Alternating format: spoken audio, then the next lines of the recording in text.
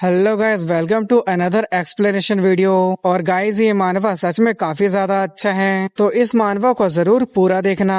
Story की शुरुआत में हमें एक मरी हुई लड़की का लाश दिखाया जाता है और उसके सामने उसके फादर घुटने के बल बैठा होता है। और गाइस, यही हमारे स्टोरी का एमसी है, मतलब मेन कैरेक्टर। और वो काफी ज्यादा रो रहा होता है और कहता है, मुझे माफ कर देना मेरी प्यारी बेटी, मैंने तुम्हें मार दिया, ना सिर्फ एक बार बल्कि 99 बार। फिर वो खड़े होता है, अपने आंसुओं को पोंछता है और उसके सिर के ऊपर 1 नंबर शो कर रहा होता है। फिर वो आगे कहता है, अब मेरे पास सिर्फ एक मौका बचा है। फिर वो गुस्से से कहता है, मुझ पे भरोसा करो डैमी, मैं इस बार बिल्कुल भी दोबारा फेल नहीं होऊंगा। फिर उसके बाद हमें इन सब की शुरुआत को दिखाया जाता है, जहाँ हमारा एमसी टीवी देख रहा होता है और टीवी में न्यूज बता रहा होता है अचानक से कुछ अजीब क्रिएचर सिटी में अपेयर हो गए और वो तबाही मचा रहे हैं। फिर बताया जाता है ये क्रिएचर ज़ॉम्बीज हैं जो पूरी दुनिया में फैल गए हैं और ये आतंक मचा रहे हैं। फिर तभी वहाँ एमसी की बेटी डैमी आती है और वो कहती है, फादर आप क्या देख रहे हैं। फिर एमसी आगे बताता है, हमें सरवाइव करना था,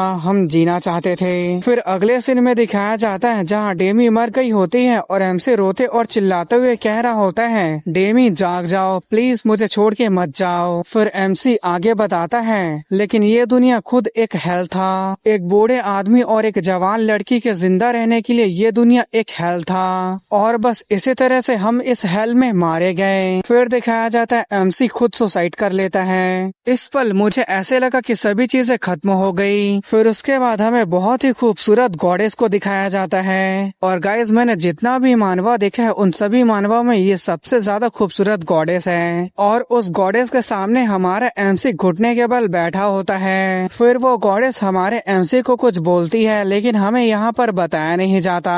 फिर हमारा एमसी बताता है, मुझे एक और चांस दिया गया। फिर हमारे एमसी को दिखाया जाता है जिसकी आंखें खुलती हैं और वो बिस्तर पर सोया होता है और वो अभी नींद से जागा होता है और उसके सिर के ऊपर 99 शो कर रहा होता है। फिर तभी वो हैरानी से खड़े हो जाता है और अपने बॉडी को देखते हुए कहता है, मैं पूरी तरह से ठीक हूँ, आखिर ये क्या चल रहा है। फिर तभी वो बगल की तरफ देख के काफी हैरान हो जाता है। उसके बगल में मिरर होता है और वो अपने सिर के ऊपर के नंबर को देखकर सोचने लगता है, ये नंबर मेरे सिर के ऊपर, आखिर इसका मतलब क्या है। फिर तभी वो डेमी के रूम के दरवाजा को खटखटाने लगता है। फिर वो दरवाजा को पीटने लगता है और चिल्लाते हुए कहता है, रू डेमी जल्दी से दरवाजा खोलो, अभी के अभी दरवाजा खोलो। फिर डेमी कहती है, सच में आखिर आपको आधी रात में क्या हुआ, आप इतना जोर जोर से दरवाजा क्यों पीट रहे हो। फिर जैसे ही डेमी दरवाजा खोलती है, हमारा एमसी उसे कसकर पकड़ लेता है और कहता है, डेमी क्या तुम ठीक हो, तुम जिंदा हो, मैं सही कह रहा हूँ ना। फिर डेमी कहती है, आपको क्या हो गया है, क्या आपको बहुत ही बुरा सपना आया था। फिर हमारा एमसी डेमी का हाथ पकड़ लेता है। फिर थोड़ी देर बाद दिखाया जाता है जहाँ वो लोग तैयार हो जाते हैं और डेमी कहती है, सच में आपको क्या हुआ, क्या आप बता भी नहीं सकते। फिर उसका फादर मतलब एमसी कहता है, कुछ भी सवाल मत पूछो, बस मुझे फॉलो करो। फिर वो लोग जा रहे होते हैं और डेमी कहती है, फादर आपके वजह से मुझे तकलीफ हो रहा है, क्या हो रहा है, मुझे आप एक्सप्लेन क्यों नहीं कर देते। फिर हमारा एमसी कहता है, हमारे पास जरा सा भी समय नहीं है, अगर हम जल्दी नहीं करेंगे तो हम मारे जाएंगे। पर वो इतना बोल पाता तभी उसके बगल से एक ज़ॉम्बी आता है और उसे मार देता है। फिर तभी वो फिर से जिंदा हो जाता है जहाँ वो थोड़ी देर पहले जिंदा हुआ था और वो फिर से काफी हैरानी से उठता है। फिर वो फिर से अपने बगल की तरफ देखता है और वो फिर से हैरान हो जाता है क्योंकि उसके सिर के ऊपर का नंबर 99 की जगह अब 98 हो गया था, जिसे देखकर वो सोचने लगता है, मैं फिर से वापिस आ गया, पर मेरे ये सिर के ऊपर का नंबर कम हो गया। फिर तभी वो कुछ सोचने लगता है और सोचने के बाद हैरान हो जाता है। फिर हमारा एमसी बताता है, उस समय मुझे ये पता चल गया, ये नंबर मेरी बची हुई लाइफ है, दूसरे शब्दों में ये नंबर मेरा बचा हुआ चांस है कि मेरे पास 98 चांस है डेमी को बचाने का। फिर दिखाया जाता है एक ज़ॉम्बी के पीछे से उसके सिर के ऊपर कोई गोल्फ स्टिक से अटैक करता है और ये अटैक करने वाला हमारा एमसी होता है और उसके पास अभी भी 98 लाइफ बची होती है। फिर हमारा एमसी बताता है, मैंने वो सारी चीजें की जो मैं तुम्हें बचाने के लिए कर सकता था, यहाँ तक कि मैंने अपने इंसानियत को भी छोड़ दिया। इस बार दिखाया जाता है कई सारे ज़ॉम्बी कार के ऊपर अटैक कर रहे होते हैं और उस कार के अंदर के लोग चिल्लाकर मदद मांग रहे होते हैं और हम हमारा एमसी वहीं पर बगल में छुपा होता है और इस बार उसके सिर के ऊपर 71 लाइफ बचा होता है। फिर हमारा एमसी आगे बताता है, मैंने अपनी पूरी कोशिश की, मैंने डेमी को बचाने के लिए वो हर एक काम किया जो मैं कर सकता था, लेकिन धीरे धीरे करके मुझे महसूस होने लगा आखिरी में मैं कितने भी कोशिश कर लूं मैं उसे नहीं बचा पाता हूं। फिर उसके बाद दिखाया जाता है हमारा एमसी ज़ॉम्बी को मार रहा होता है और वो इस बार काफी बूढ़ा हो गया होता है और उसके सिर के ऊपर 13 लाइफ बची होती है। फिर तभी वो बेसबॉल के बैट से ज़ॉम्बी के सिर के ऊपर एक जोरदार अटैक करता है। फिर उसके बाद वो हाफने लगता है। फिर उसके बाद हमारा एमसी पीछे की तरफ देखता है जहाँ पर डेमी इन्फेक्टेड हो गई थी और वो धीरे धीरे करके ज़ॉम्बी बनने लगी थी। फिर हमारा एमसी बताता है, भले ही मैं 100 बार भी क्यों ना कोशिश करूं, भले ही मुझे 1000 बार भी क्यों ना मौका मिले, लेकिन तो भी मैं एक कमजोर फादर रहूंगा, बिल्कुल मेरे जैसे। और यहाँ पर डेमी कह रही होती है, फादर मुझे बचा लो। फिर वो उसके कंधे के ऊपर अपने दांतों से काट लेती है और हमारा एमसी उसे गले लगा लेता है और अपने ही सिर के ऊपर गन को तानते हुए कहता है, मैं सिर्फ अपनी प्यारी बेटी को मौत तक ही पहुँचा सकता हूँ। फिर उसके बाद हमारा एमसी फिर से उसी समय में जिंदा हो जाता है और उसकी आंखों से आंसू निकल रहे होते हैं और वो अपने बिस्तर पर लेटे लेटे ही रो रहा होता है। फिर उसके बाद वो अपने बिस्तर पे पैरों को मोड़कर अच्छे से बैठ जाता है और रोते रोते ही कुछ सोचने लगता है। फिर उसके बाद वहाँ पर आवाज आने लगती है जिसकी आवाज सुनकर डेमी उठ जाती है। फिर वो अपने दरवाजे को खोलते हुए कहती है, फादर आखिर इतना रात को क्या चीज का शोर शराबा हो रहा है। फिर दिखाया जाता है उसका फादर मतलब एमसी चाकू को पकड़ा होता है और वो डेमी की तरफ देख रहा होता है, जिसे देखकर डेमी हैरान होते हुए कहती है, फादर आप क्या कर रहे हैं। फिर उसके बाद हमारा एमसी काफी ज्यादा सीरियस लुक के साथ डेमी को देखने लगता है। फिर उसके बाद वो डेमी के पास आता है और डेमी के गले लग जाता है। ऐसा करता देख डेमी भी काफी हैरान हो जाती है। फिर उसके बाद एमसी आंख बंद करता है और एक गहरी सांस लेने के बाद डेमी को कहता है, मैं तुमसे वादा करता हूँ, भले ही मैं 100 बार भी फेल हो जाऊँ या 1000 बार भी फेल हो जाऊँ या मिलियन या बिलियन बार भी क्यों ना फेल हो जाऊँ, लेकिन मैं तुम्हें बचाने के लिए मरते दम तक अपनी पूरी कोशिश करूँगा।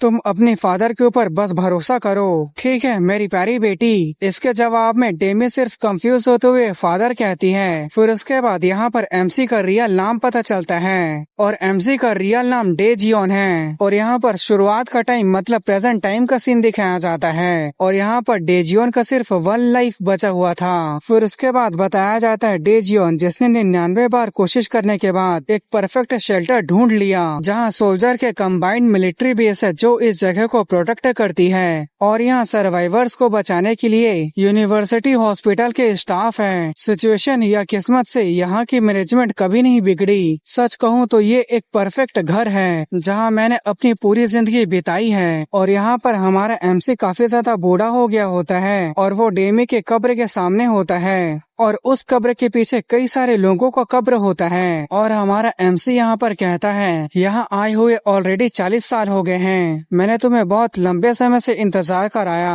क्यों मैं सही कह रहा हूँ ना मेरी बेटी। फिर वो गुलाब के गुलदस्ते को रखते हुए कहता है, मुझे इस बार बहुत ही केयरफुल रहना होगा क्योंकि ये चांस मेरा आखिरी चांस है। मैं बहुत परेशान हूँ, ये जगह सेफ है, अगर हम किसी तरह से इस जगह पर जिंदा पहुँच जाते हैं तो ये जगह हमारी फाइनल डेस्टिनेशन होगी। फिर वो अपने सिर के ऊपर बंदूक को तानते हुए कहता है, मेरा इंतजार करो मेरी प्यारी बेटी, जल्दी तुम्हारे फादर तुम्हारे पास आ रहे हैं। फिर उसके बाद हमारे एमसी को दिखाया जाता है जो अपने आंख बंद किया था। फिर वो आंख खोलता है और उसके बगल में डेमी थी। फिर वो एक गहरी सांस लेता है और डेमी की तरफ देखता है। फिर डेमी भी एमसी की तरफ देखने लगती है। फिर उसके बाद डेजियोन सोचने लगता है, मेरे पास्ट लाइफ में फाइनल सेटर तक पहुंचने से पहले डेमी मारी गई थी क्योंकि वो मेरी गलती की वजह से मारी गई थी। फिर प्रेजेंट टाइम में यही सब सोच सोच के वो गुस्सा होते हुए सोचने लगता है, मैंने अपने 40 साल को उस जगह पर बिताई और अपने लाइफ को 100 बार रिपीट किया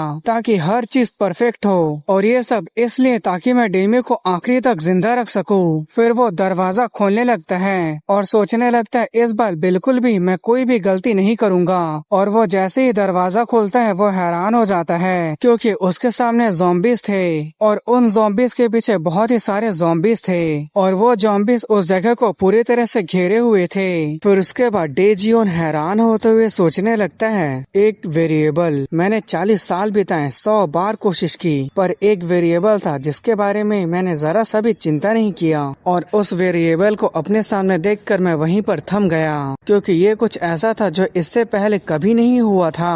मेरे 99 बार कोशिश करने के वक्त भी पहले कभी नहीं हुआ था।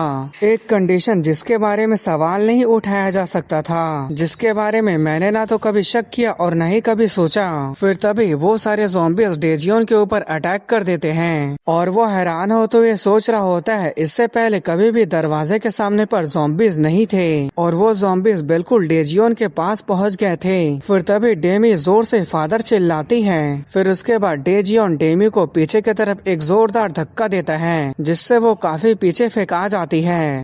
फिर उसके बाद डेजियोन दरवाजे को बंद करने लगता है। एक पल के लिए तो डेमी को कुछ समझ में नहीं आता है, पर जब उसे समझ में आता है तो वो काफी ज्यादा हैरान हो जाती है और जोर से चिल्लाने लगती है। फिर वो दरवाजे के पास जाती है और कहती है, फादर आप क्या कर रहे हैं, जल्दी से अभी के अभी दरवाजा खोलो। और वो रोते हुए दरवाजे को पीट रही होती है और वो सारे ज़ॉम्बीज भूखे भेड़िए की तरह डेजियोन के ऊपर झपट पड़े होते हैं और उसे अपने दांतों से नोच रहे होते हैं और यहाँ पर उसे काफी ज्यादा दर्द हो रहा होता है। फिर वो सोचने लगता है, अपने बच्चे को खोने का दुख, ये एक ऐसा दर्द है जैसे कि तुम्हारे शरीर के हर एक पल टुकड़े टुकड़े हो रहे हो और इस दर्द को मैं 99 बार सह चुका हूँ। इस तरह के दर्द को सहने की अब मुझे आदत हो गई है। फिर वो सोचने लगता है, जब डेमी बच्ची थी और उसे देखकर वो काफी ज्यादा खुश था और वो दोनों एक दूसरे के साथ खेल रहे होते हैं और इन्हीं सब पलों को याद करते हुए वो सोचने लगता है, इसलिए मत रो मेरी प्यारी बच्ची। फिर उसके बाद धीरे धीरे करके डेजियोन की आंखें बंद होने लगती हैं और वो सोचने लगता है, क्या सचमुच ये अंत है, क्या मैं अब हमेशा के लिए मरने वाला हूँ। और वो पहले की बातों को याद करने लगता है, जहाँ डेमी उसके सामने ही ज़ॉम्बी के हाथों मारी जा रही थी और वो उस समय कुछ भी नहीं कर पाया था। इन सबको याद करके फिर वो अपना पैर जमीन पर जोर से पटकता है। फिर वो उन सभी ज़ॉम्बीज को उठा लेता है और सोचने लगता है, नहीं मैं ऐसा नहीं होने दे सकता, भले ही 100 बार या 1000 बार, चाहे मुझे मरना ही क्यों ना पड़े, मैं मरते दम तक अपनी बेटी को बचाने की पूरी कोशिश करूंगा, इसलिए मैं मर नहीं सकता।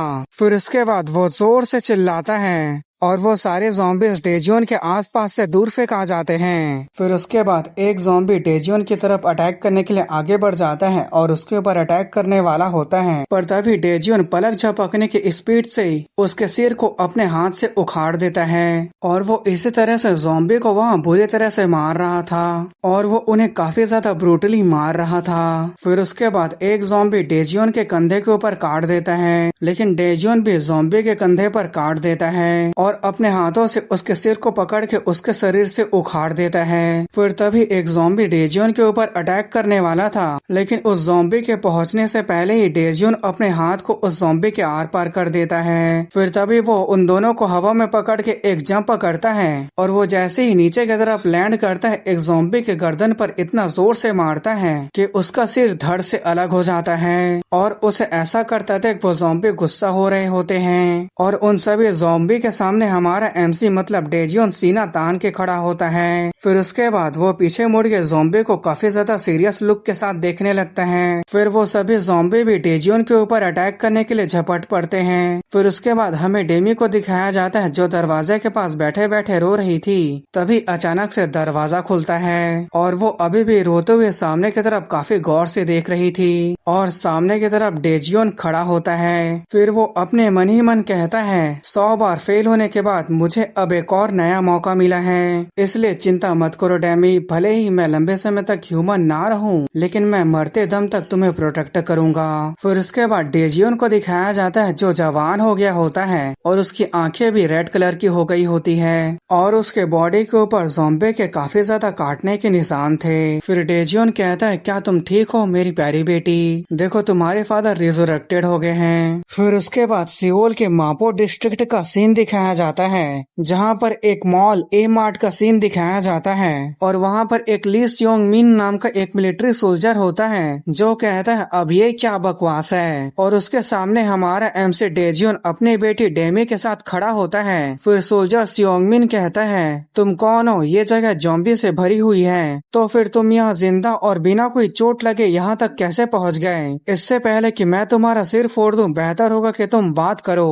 आखिर तुम्हारे चेहरे में क्या है? फिर तभी वो हैरान होते हुए कहता है, नहीं, ऐसा नहीं हो सकता। फिर उसके बाद डेजियन को दिखाया जाता है जो चश्मा पहना होता है ताकि वो अपने लाल आंखों को छुपा सके। क्या तुम कोई सेलिब्रिटी हो? तो आखिर तुमने सन ग्लासेस क्यों पहन रखे हैं? फिर तभी एक लड़की आते हुए कहती है, यहाँ से दफा हो जाओ। फिर उसके बाद हमें इसके बारे में बताया जाता है, ये ताइयो यूनिट के एक्स कैप्टन है जिसका कोड नेम वाइडो स्पाइडर है और इसका रियल नेम चा हायरी है। फिर वो डेजियन के पास आते हुए कहती है, तुम्हारे लिए यहाँ पर कोई भी जगह नहीं है, यहाँ से चले जाओ और दूसरी जगह ढूंढो। फिर वो डेजियन के चेहरे के बिल्कुल सामने आते हुए कहती है, क्या तुम बहरे हो? मैंने कहा यहाँ से दफा हो जाओ। पर तभी हायरी सामने देख के थोड़ा हैरान हो जाती है क्योंकि डेमी खांस रही थी। फिर डेजियन कहता है, मेरी बेटी और मैं पूरे हफ्ते भर से भटक रहे हैं, उसकी अस्थमा और भी ज्यादा बदतर हो गया है, वो मुश्किल से चल पा रही है, प्लीज मेरी बेटी को बचाने में मेरी मदद करो। अगर ज्यादा नहीं कर सकते तो प्लीज कम से कम उसे अपने साथ रख लो, मैं इसके लिए आपसे हाथ जोड़कर रिक्वेस्ट करता हूँ। जिसकी बातें सुनकर तो हायरी एक पल के लिए चुपचाप शांत होती है। फिर वो उसके बाद काफी ज्यादा गुस्सा करने लगती है,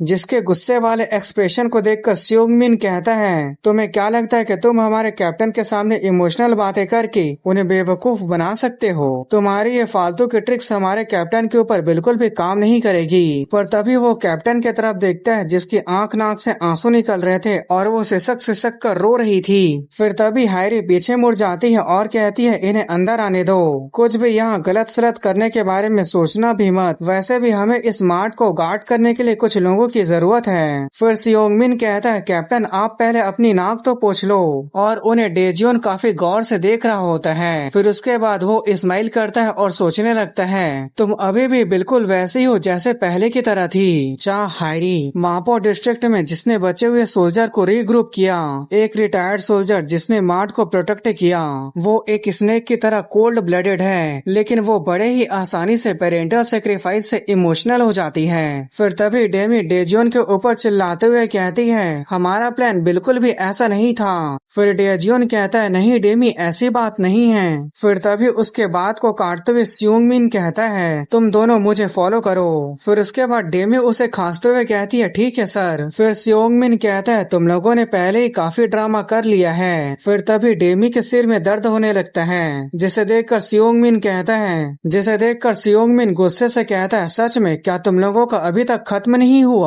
फिर तभी डेजियन आता है और डेमी को सहारा देने लगता है। फिर डेजियन डेमी को देखकर सोचने लगता है, उसकी मेंटल स्टेट काफी तेजी से बिगड़ रही है, अगर वो जल्दी आराम नहीं करती तो ये उसके लिए खतरनाक होगा। इसके पीछे दो वेरिएबल्स हैं। एक हफ्ते पहले जो इंसिडेंट हुआ, जिसे मैं भी काफी ज्यादा मुश्किल से समझ पा रहा हूँ, मुझे ज़ॉम्बी ने काट लिया था फिर भी मैं बच गया, और उसके बाद मैं इतना ज्यादा स्ट्रॉन्ग हो गया कि मैं उल्टा उन पर ही हावी हो गया। मेरा शरीर इतना ज्यादा बदल गया कि लगभग उसे पहचानना इम्पॉसिबल है। मैं अब वो नहीं रहा जो मैं पहले था। क्या मैं सचमुच एक ज़ॉम्बी बन गया हूँ? फिर उसके बाद बताया जाता है कि ये हेपजियोंग ब्रांच का ए मार्ट है। फिर डेजियन सोचने लगता है, अर्ली स्टेज में जिंदा रहने के लिए सबसे बढ़िया जगह ए मार्ट, यहाँ पर सप्लाईज की बिल्कुल भी कमी नहीं है, एकमात्र ऐसी जगह जहाँ डिफेंस फोर्स तैनात है, अगर ये यहाँ है तो डेमी सेफ रहेगी। फिर उसके बाद डेजियन बगल की तरफ देखते हुए कहता है, ये बगल वाली बिल्डिंग कोलैप्स कैसी है? ऐसा तो पहले कभी नहीं हुआ।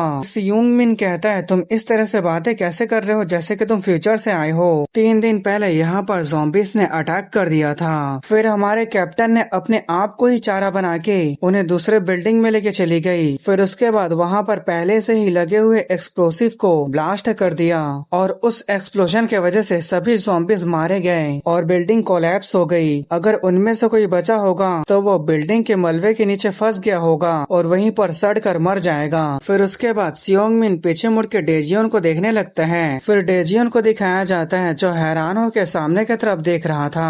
फिर सियोंग मिन कहता है आखिर तुम्हारे चेहरे को क्या हुआ, तुम इतना हैरान क्यों हो? वो ज़ॉम्बीज़ इस बिल्डिंग के नीचे दबकर पतले कागज की तरह चपट गए होंगे। फिर उसके बाद सियोंग मिन पीछे की तरफ देखता है और वो ज़ॉम्बी गुर्रा रहा होता है और सियोंग मिन अचानक से इतने बड़े ज़ॉम्बी को देखकर उसे समझ ही नहीं आता कि वो क्या करे। फिर उसके बाद वो ज़ॉम्बी अपने हाथ को ऊपर उठाता है और अपना पंच बनाता है और अपने पंच से जमीन पर एक जोरदार अटैक करता है, जिसके वजह से उस जगह की जमीन भी शटर हो जाती है। फिर उसके बाद वहाँ पर हैरी आती है और वो ज़ॉम्बी हैरी के ऊपर अपने मुक्के से अटैक कर देता है, लेकिन हैरी सही समय पर झुककर बच जाती है। उसे देखकर वहाँ खड़े 3 सोल्जर कहते हैं ये क्या बकवास है, एक ज़ॉम्बी यहाँ पर कैसे आया? फिर हैरी डेजियन के पास आ जाती है और चिल्लाते हुए कहती है सभी यूनिट्स अभी के अभी इस पर फायर करो। फिर वो सभी सोल्जर लोग उस ज़ॉम्बी के ऊपर फायर करने लगते हैं, लेकिन उस ज़ॉम्बी के ऊपर उनके बंदूक के गोली का कोई भी असर नहीं हो रहा था, पर इसके वजह से वो काफी ज्यादा गुस्सा हो गया था। फिर वो एक जोरदार दहाड़ मारता है और उन्हें 3 सोल्जर के पास आता है और उन सोल्जर के ऊपर अटैक कर देता है और उसके इस अटैक की वजह से 2 सोल्जर वहीं पर खत्म हो जाते हैं और तीसरा सोल्जर अभी भी बचा होता है। फिर वो ज़ॉम्बी अपने दोनों हाथों को जोड़कर मुक्का बनाता है और उस सोल्जर के ऊपर अटैक करने वाला होता है। फिर तभी अचानक से उसके मुंह पर कोई बैग फेंक देता है, जिसके वजह से उस ज़ॉम्बी का ध्यान भटक जाता है और इसी बीच हैरी उस सोल्जर को पकड़कर वहाँ से भागने लगती है। फिर उसके बाद हैरी उस सोल्जर को डेजियन के पास लेकर आ जाती है और जमीन पर रखते हुए कहती है क्या तुम मरना चाहते हो? अपने आप को संभालो और घबराओ मत। फिर वो सोल्जर भी कहता है ठीक है कैप्टन। फिर उसके बाद हैरी सोचने लगती है फोकस करो हैरी, ये कोई ऐसा प्रॉब्लम नहीं है जो 3 दिन पहले के जैसे है, ये बिल्कुल भी कोई नॉर्मल ज़ॉम्बी नहीं है। फिर वो उसके बाद बगल की तरफ देखती है और कहती है सभी लोग मार्ट की तरफ भागो। फिर उसके बाद वो सभी लोग भागने लगते हैं। फिर डेजियन कुछ कहने वाला होता है, लेकिन हैरी उसके बात को रोकते हुए कहती है अभी बकवास करने का समय नहीं है, अभी बस भागो। फिर उसके बाद डेजियन डेमी की तरफ देखने लगता है जहाँ उसे दौड़ने में काफी दिक्कत हो रहा था, जिसके वजह से वो काफी ज्यादा गुस्सा हो जाता है। फिर उसके बाद वो वहीं से मुड़ जाता है और उस ज़ॉम्बी की तरफ जाने लगता है। फिर वो मुक्का बनाता है और बहुत ही तेजी से उस ज़ॉम्बी की तरफ आगे बढ़ने लगता है। फिर उसके बाद मार्ट पेरीमीटर के बैरिकेड को दिखाया जाता है। हैरी उसे देखकर सोचने लगती है ये उसके लिए भी एक ही बार में पार कर पाना इम्पॉसिबल है, जब तक वो वहाँ पर अटका रहेगा हम उसकी कमजोरी ढूंढ सकते हैं। पर तभी वो सामने की तरफ देखकर हैरान हो जाती है और सोचने लगती है ये लोग यहाँ पर क्यों हैं? इन्हें तो फर्स्ट फ्लोर में होना चाहिए था, इन लोगों का इवैक्यूएशन तो बहुत ही पहले हो जाना चाहिए था। फिर उसके बाद हैरी वहीं पर रुक जाती है और चिल्लाते हुए कहती है मैं उसे किसी भी तरह से डिस्ट्रैक्ट करूंगी और तुम तीनों अंदर चले जाओ। फिर वो उसके बाद हैरी की तरफ गौर से देखने लगती है और चिल्लाते हुए कहती है तुम अकेले क्यों हो? तुम्हारे फादर कहाँ पर हैं? क्या सच में? अब ये मत कहना कि वो अपनी बेटी को ही छोड़कर भाग गया, वो कमीना कहीं का। फिर तभी डेमी अपनी उंगली का इशारा करते हुए कहती है मेरे फादर वहाँ पर हैं। फिर हैरी भी वहीं पर देखने लगती है और वो सामने की तरफ देख के काफी हैरान हो जाती है। फिर दिखाया जाता है डेजियन अपने दोनों हाथों को जोड़कर मुक्का बनाता है और उस मुक्के से ज़ॉम्बी के ऊपर अटैक कर देता है और उस अटैक की वजह से उस ज़ॉम्बी का सिर पूरी तरह से पिचक जाता है। फिर वो ज़ॉम्बी जमीन पर गिर जाता है और उसके ऊपर डेजियन बैठा होता है और वो अभी भी अपने हाथों से उस ज़ॉम्बी के सिर के ऊपर मारे जा रहा था, जिसे देखकर वहाँ खड़े सभी लोगों के होश उड़ जाते हैं और ये देखकर एक बाप अपने बच्चे के आंखों को अपने हाथों से ढक लेता है। फिर उसके बाद डेजियन उस ज़ॉम्बी के ऊपर से उतर जाता है। फिर उसके बाद वो आगे आने लगता है और कहता है मुझे माफ कर देना, मैं तुमसे किए हुए वादे को नहीं निभा पाया। जिसके बाद सुनकर हैरी डेमी की तरफ देखने लगती है। मुझे डर लग रहा था कि तुम्हें चोट लग सकती है। फिर उसके बाद हैरी डेजियन के ऊपर बंदूक तान देती है और कहती है आखिर तुम क्या हो, तुम कौन हो? उसके बाद सुनकर डेजियन कुछ पल के लिए शांत रहता है। फिर वो अपने चश्मे को उतारते हुए कहता है मेरा नाम रियू मिन सियोक है। तो गाइस इसका नाम पहले डेजियन था, अब रियू मिन सियोक कर दिया, तो मैं इसे अब से मिन सियोक ही बोलूंगा। उसकी बातें सुनकर डेमी सोच रही होती है प्लीज मत बताना। फिर मिन सियोक कहता है मैं डेमी का फादर और फिर डेमी अपने मन ही मन कहती है, प्लीज फादर यहीं पे रुक जाओ, आप अपने सच्चाई मत बताना, नहीं तो आप खतरे में पड़ जाओगे। फिर मिनस्योक अपने चश्मे को उतारते हुए कहता है, और मैं एक ज़ॉम्बी एक्सपर्ट हूँ। उसकी बातें सुनकर उस जगह पर कुछ देर के लिए सन्नाटा छा जाता है। फिर डेमी और हैरी दोनों हैरान होते हुए एक साथ कहते हैं, क्या ज़ॉम्बी एक्सपर्ट? फिर मिनस्योक कहता है, जब से आउटब्रेक चालू हुई मैंने सरवाइव करने के लिए ज़ॉम्बी को एनालाइज किया, उनके ऊपर स्टडी किया और उनके कमजोरियों को ढूंढा ताकि मैं जिंदा रह सकूं। फिर मिनस्योक स्माइल करते हुए कहता है, मुझे खुशी है कि मैं आपकी मदद कर सका। फिर हैरी भी स्माइल करते हुए कहती है, अच्छा ऐसी बात थी। फिर वो अगले ही पल अपने डैगर को मिनस्योक के गले के पास रख देती है, जिसे देखकर डेमी कहते हैं, ये तुम क्या कर रही हो? फिर हैरी कहती है, अपना बकवास बंद करो। फिर हैरी गुस्से से कहती है, तुमने इस मॉन्स्टर को अपने खाली हाथों से मार दिया और ये तुम्हारी लाल आंखें बिल्कुल ज़ॉम्बीज़ की तरह दिख रही हैं। फिर वो मिनस्योक के बिल्कुल करीब आते हुए कहती है, तो मुझे बताओ क्या तुम एक ह्यूमन भी हो? फिर उसके बाद हैरी कहती है, हे क्या तुम मजाक कर रहे हो? तुमने सिर्फ अपने खाली हाथों से एक ऐसे ज़ॉम्बी को खत्म कर दिया जिसके ऊपर बुलेट का भी कोई असर नहीं हो रहा था, और ये तुम्हारी लाल आंखें बिल्कुल ज़ॉम्बीज़ की तरह दिखती है। तो मुझे बताओ सच में क्या तुम ह्यूमन हो भी या नहीं? फिर मिनस्योक कहता है, ऐसी बात नहीं है, उस ज़ॉम्बी के ऊपर बुलेट का असर हुआ था। फिर हैरी हैरान होते हुए कहती है, क्या? फिर मिनस्योक कहता है, वो तुम लोगों के गन शॉट के वजह से ऑलरेडी बहुत कमजोर हो गया था, मैंने तो बस जाके उसे खत्म किया है। फिर उसके बाद मिनस्योक कहता है, ये एक कीटर है, ये एक ऐसा क्रिएचर है जो दो ज़ॉम्बी के फ्यूजन से बना है, ये काफी ज्यादा डिस्ट्रक्टिव है, लेकिन जो बात इसे खास बनाती है वो इसका डिफेंस है, लेकिन इसकी भी कमजोरी है और वो है इसका जॉ मतलब जबड़ा। फिर उसके बाद वो मनी मन सोचने लगता है, बिल्कुल मैंने कुछ गलत नहीं बोला,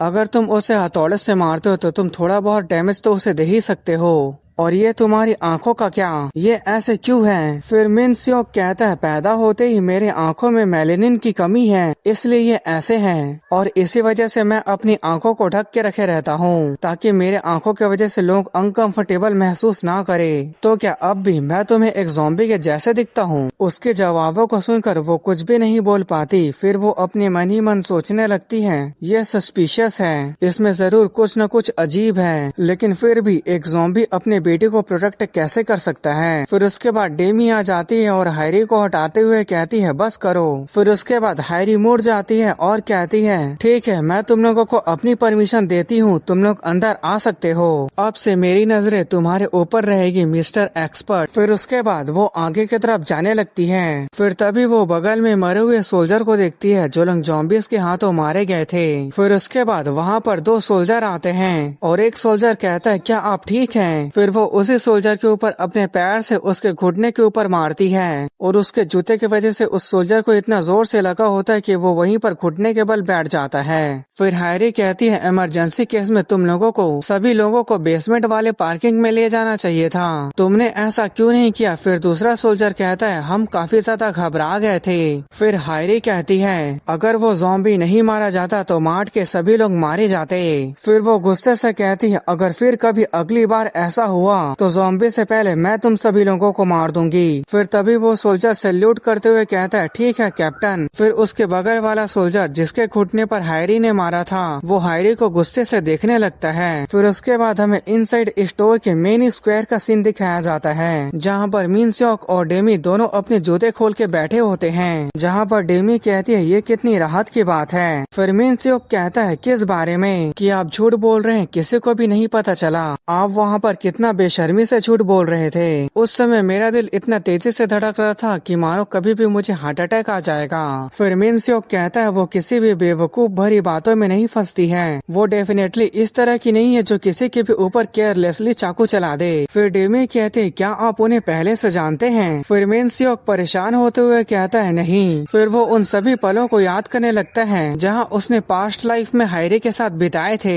फिर उसके बाद मिनस्योक कहता है, मैं देख कर बता सकता हूँ हूँ वो जैसे दिखती है उससे थोड़ी अलग है। फिर उसके बाद डेमी कहती है वैसे आपको पता भी है ब्रेन रोट का क्या मतलब होता है, आपने ये कहाँ से सीखा? फिर मिन सियोक कहता है मेरी बेटी से। फिर डेमी कहती है क्या मैं? लेकिन मैंने आपको कभी नहीं सिखाया। फिर मिन सियोक कहता है जरूर सिखाया है, तुमने ये मुझे बहुत बार सिखाया है। फिर डेमी हैरान होते हुए कहते हैं क्या बहुत बार? फिर मिन सियोक अपने जगह से खड़े होते हुए कहता है तुम यहीं पर रहो जब तक मैं जाकर तुम्हारे लिए कुछ फूड लेकर आता हूँ। और डेमी यहाँ पर अभी भी कंफ्यूज होती है और वो सोच रही होती है कि उसने फादर को ब्रेन रोट कब सिखाया है, और उसे देखकर मिन सियोक स्माइल कर रहा होता है। फिर वो पहले ये बातों को याद करने लगता है जहाँ डेमी के हाथों में वही चश्मा होता है और वो कहती है मुझसे वादा करो आप अपने बारे में कभी भी किसी को भी कुछ भी नहीं बताओगे, अगर लोगों को आपके बारे में पता चल गया तो आप खतरे में पड़ जाओगे, इसलिए मुझसे अभी के अभी वादा करो। फिर उसके बाद मिन सियोक भी ठीक है बोल के उससे वादा कर लेता है। फिर अभी प्रेजेंट टाइम में वो एक सोल्जर से खाने पीने का सामान ले रहा था और वो सोचने लगता है वो बिल्कुल सही कह रही थी, अगर लोगों को मेरे बारे में पता चल गया तो लोग अपने दिमाग खो बैठेंगे। फिर उसके बाद मिन सियोक उसी जगह पर आते हुए कहता है मैं वापस आ गया। फिर मिन सियोक जब नीचे देखता है तो डेमी वहीं पर जमीन के ऊपर सो गई होती है। फिर वो उसे ब्लैंकेट ओढ़ा देता है। फिर उसके बाद मिन सियोक अपने मन ही मन सोचने लगता है स्टेज के हिसाब से ज़ॉम्बी की अपीयरेंस बहुत ही तेजी से बढ़ रही है, मेरे घर के दरवाजे के सामने ज़ॉम्बी का झुंड 100 से ज्यादा लोगों का था और एक हफ्ते में ही एक म्यूटेड ज़ॉम्बी का दिखाई देना, ज़ॉम्बी का इतना स्पीड से दिखाई देना, मेरे पास्ट के 99 लाइफ में भी ज़ॉम्बी इतनी स्पीड से आगे नहीं बढ़ रहे थे। इस सिचुएशन में ये एक वेरिएबल हो जाता है, जब मेरे पास्ट के 99 लाइफ में कुछ नहीं बदला तो इस बार क्यों बदल रहा है, मुझे एक अंदेशा है और वो हूँ मैं। फिर उसके बाद रात का सीन दिखाया जाता है। फिर सिटी से दूर जंगल में एक अजीब से ज़ॉम्बी को दिखाया जाता है जो एक म्यूटेंट ज़ॉम्बी था और उसके कई सारे हाथ और पैर थे और उसी की तरह वहाँ पर बहुत ही सारे म्यूटेड ज़ॉम्बीज थे। फिर उसके बाद मिन सियोक बताता है मैं महसूस कर सकता हूँ कि वो मेरे पीछे पड़े हैं, वे मुझे और मेरी बेटी को मारना चाहते हैं, मुझे नहीं पता ऐसा क्यों हो रहा है, क्या ऐसा इसलिए कि हमारी प्रेजेंस उन्हें परेशान करती है या वो हमसे डरते हैं, लेकिन एक बात साफ साफ है उनके लिए मैं भी एक वेरिएबल हूँ। तो गाइज यहाँ पर वेरिएबल का मतलब ये है कि वो चीजों को बदल सकता है। तुम सभी लोग इसी जोन में इकट्ठा हो गए, ये बहुत ही अच्छी बात है। फिर दिखाया जाता है हमारे एमसी के हाथों में डबल स्टैंड वाला सीढ़ी होता है, तुम लोग बार बार क्या देख रहे हो, जल्दी करो और मेरे पास आओ। फिर उसके बाद मिन सियोक सीढ़ी को पकड़ता है और अपने हाथों से खींच के उस सीढ़ी के 2 टुकड़े कर देता है। फिर मिन सियोक कहता है जल्दी करो मुझे ब्रेकफास्ट भी करना है इससे पहले कि वो जाग जाए। फिर उसके बाद म्यूटेंट ज़ॉम्बी जो पहले सबसे आगे था वो एक जोरदार दहाड़ मारता है और गाइज मैं बता दूं यही ज़ॉम्बी यहाँ पर के सभी ज़ॉम्बीज का लीडर है और ये ज़ॉम्बी अभी सभी के पीछे है। फिर तभी सबसे आगे वाले ज़ॉम्बी के ऊपर मिन सियोक उसके जबड़े के ऊपर मारता है जिससे वो पीछे की तरफ फेंका जाता है और उसका सिर धड़ से अलग हो जाता है। फिर वो बहुत ही तेजी से अपने दोनों हाथों में पकड़े हुए सीढ़ी से उन ज़ॉम्बी को बहुत ही ब्रूटली तरीके से मारने लगता है। फिर तभी अचानक से बगल से एक ज़ॉम्बी आता है और मिन सियोक के एक हाथ को अपने मुंह से दबाकर उखाड़ लेता है। फिर मिन सियोक उस ज़ॉम्बी के ऊपर अपने पैर से किक करता है जिससे वो ज़ॉम्बी जमीन पर पूरी तरह से गिर जाता है। फिर उसके बाद मिन सियोक के उसी कटे हुए हाथ को दिखाया जाता है जो फिर से रीजनरेट होने लगता है। फिर जैसे ही उसका हाथ पूरी तरह से रीजनरेट हो जाता है वो उस ज़ॉम्बी के सिर पर एक पंच मारता है जिससे उस ज़ॉम्बी का सिर के टुकड़े टुकड़े हो जाते हैं। फिर उसके बाद एक अजीब से ज़ॉम्बी को दिखाया जाता है जो अपने आप को बहुत ही लंबा कर लेते हैं। फिर वो जैसे ही ऊपर जाते हैं मिन सियोक की तरफ अपने मुंह से पॉइजन गैस रिलीज करने लगते हैं। फिर दिखाया जाता है वहाँ पर चारों तरफ पॉइजन गैस फैल जाती है और उसी पॉइजन गैस को चीरते हुए मिन सियोक एक हाई जंप करता है और वो जैसे ही नीचे की तरफ लैंड करता है उन चारों ज़ॉम्बीज का एक ही बार में सिर काट देता है। फिर वो अपने पीछे से 2 कुल्हाड़ी या एक्स निकालता है और बहुत ही तेजी से अपने 2 कुल्हाड़ी से उन ज़ॉम्बीज को गाजर मूली की तरह काट देता है। फिर उसके बाद मिन सियोक अपने कुल्हाड़ी पकड़ के बिल्कुल ज़ॉम्बी लीडर के पास पहुंच जाता है। फिर वो ज़ॉम्बी लीडर अपने हाथ को आगे बढ़ा के अटैक करता है लेकिन यहाँ पर मिन सियोक बहुत ही तेज था, वो बड़े ही आसानी से अपने पैर से किक करके उस ज़ॉम्बी को जमीन पर पटक देता है। फिर जैसे ही मिन सियोक अपना पैर उठाता है वो ज़ॉम्बी गुर्राने लगता है, पर यहाँ पर मिन सियोक बिल्कुल भी टाइम वेस्ट नहीं करता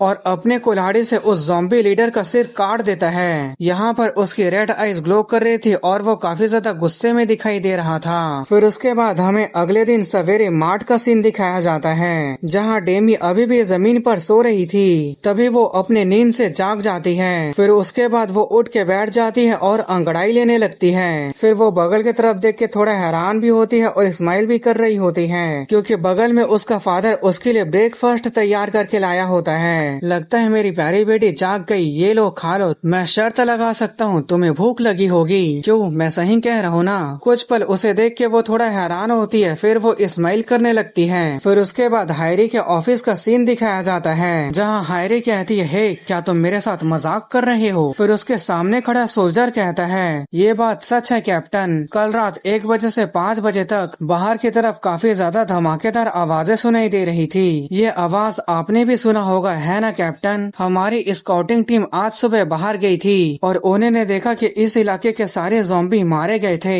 फिर हायरी अपना हाथ टेबल पर पटकते हुए कहती है, ये क्या बकवास कर रहे हो, क्या उन्होंने एक दूसरे को पीट पीट कर मार डाला। फिर वो सोल्जर कहता है, मुझे भी इस बात पर यकीन करना काफी ज्यादा मुश्किल हो रहा है, इसलिए मैं वहाँ चेक करने गया और मैंने इसे अपने आंखों से देखा है, वो सारे ज़ॉम्बीज मर चुके थे।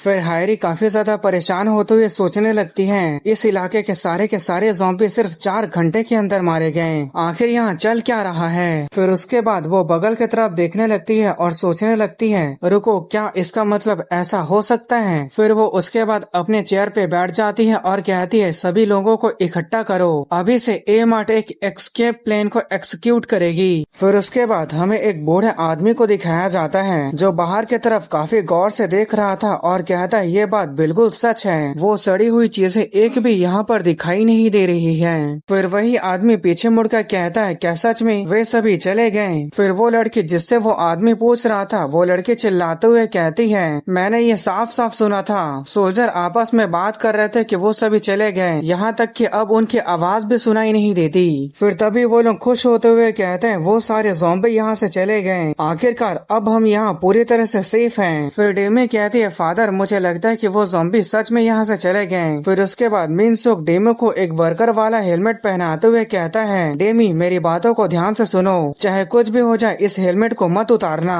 बाद में इसकी जरूरत पड़ेगी। फिर डेमी कंफ्यूज होते हुए कहती है, क्या बाद में। फिर तभी वहाँ हायरी आ जाती है और वो अपने हाथों में स्पीकर पकड़ी होती है और उस स्पीकर से वो कहती है, आज सुबह इसकी वजह तो नहीं पता ये कैसे हुआ, लेकिन हमने ये कंफर्म कर लिया है कि इस इलाके के सारे ज़ॉम्बी खत्म हो चुके हैं। जिसकी बातें सुनकर वहाँ खड़े सिविलियंस काफी ज्यादा खुश हो जाते हैं और कहने लगते हैं कि ये बात सच था, अब हम बच गए हैं, अब हम यहाँ पर पूरी तरह से सेफ हैं। फिर उसके बाद हायरी आगे कहती है, और अब हम इस जगह को खाली कर देंगे। उसकी बातें सुनकर वो सभी सिविलियंस की खुशी हैरानी में बदल जाती है और वो सभी लोगों के होश उड़ जाते हैं। उन लोगों को अपने कानों के ऊपर यकीन नहीं होता है। फिर उनमें से एक लड़का कहता है, क्या मैंने कुछ गलत सुना। फिर दूसरा लड़का कहता है, मैंने सुना कि हमें ये जगह खाली करनी होगी, लेकिन यहाँ पर तो कोई ज़ॉम्बी नहीं है, तो हम ऐसा क्यों करेंगे। फिर हायरी कहती है, 3 दिन पहले जब हमारा कम्युनिकेशन टूटा था तो हम एक सर्टेन मिलिट्री यूनिट के क्लोज कांटेक्ट में थे,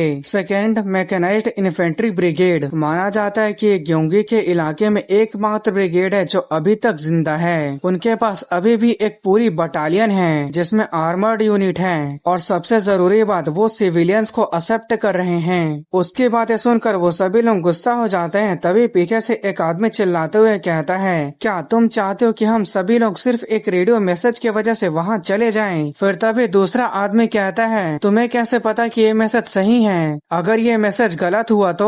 फिर हायरी कहती है, तुम लोगों को चिंता करने की जरूरत नहीं है, मुझे पता है कि ये मैसेज किसने भेजा है। जिसने इस मैसेज को भेजा उसे ब्लू हॉक के नाम से जाना जाता है। अगर ये भेजने वाले वो हैं तो हम उनके ऊपर पूरा भरोसा कर सकते हैं। फिर तभी वो सिविलियंस गुस्सा करते हुए कहते हैं, हम ऐसे ही भरोसा करके अपनी जान खतरे में नहीं डाल सकते।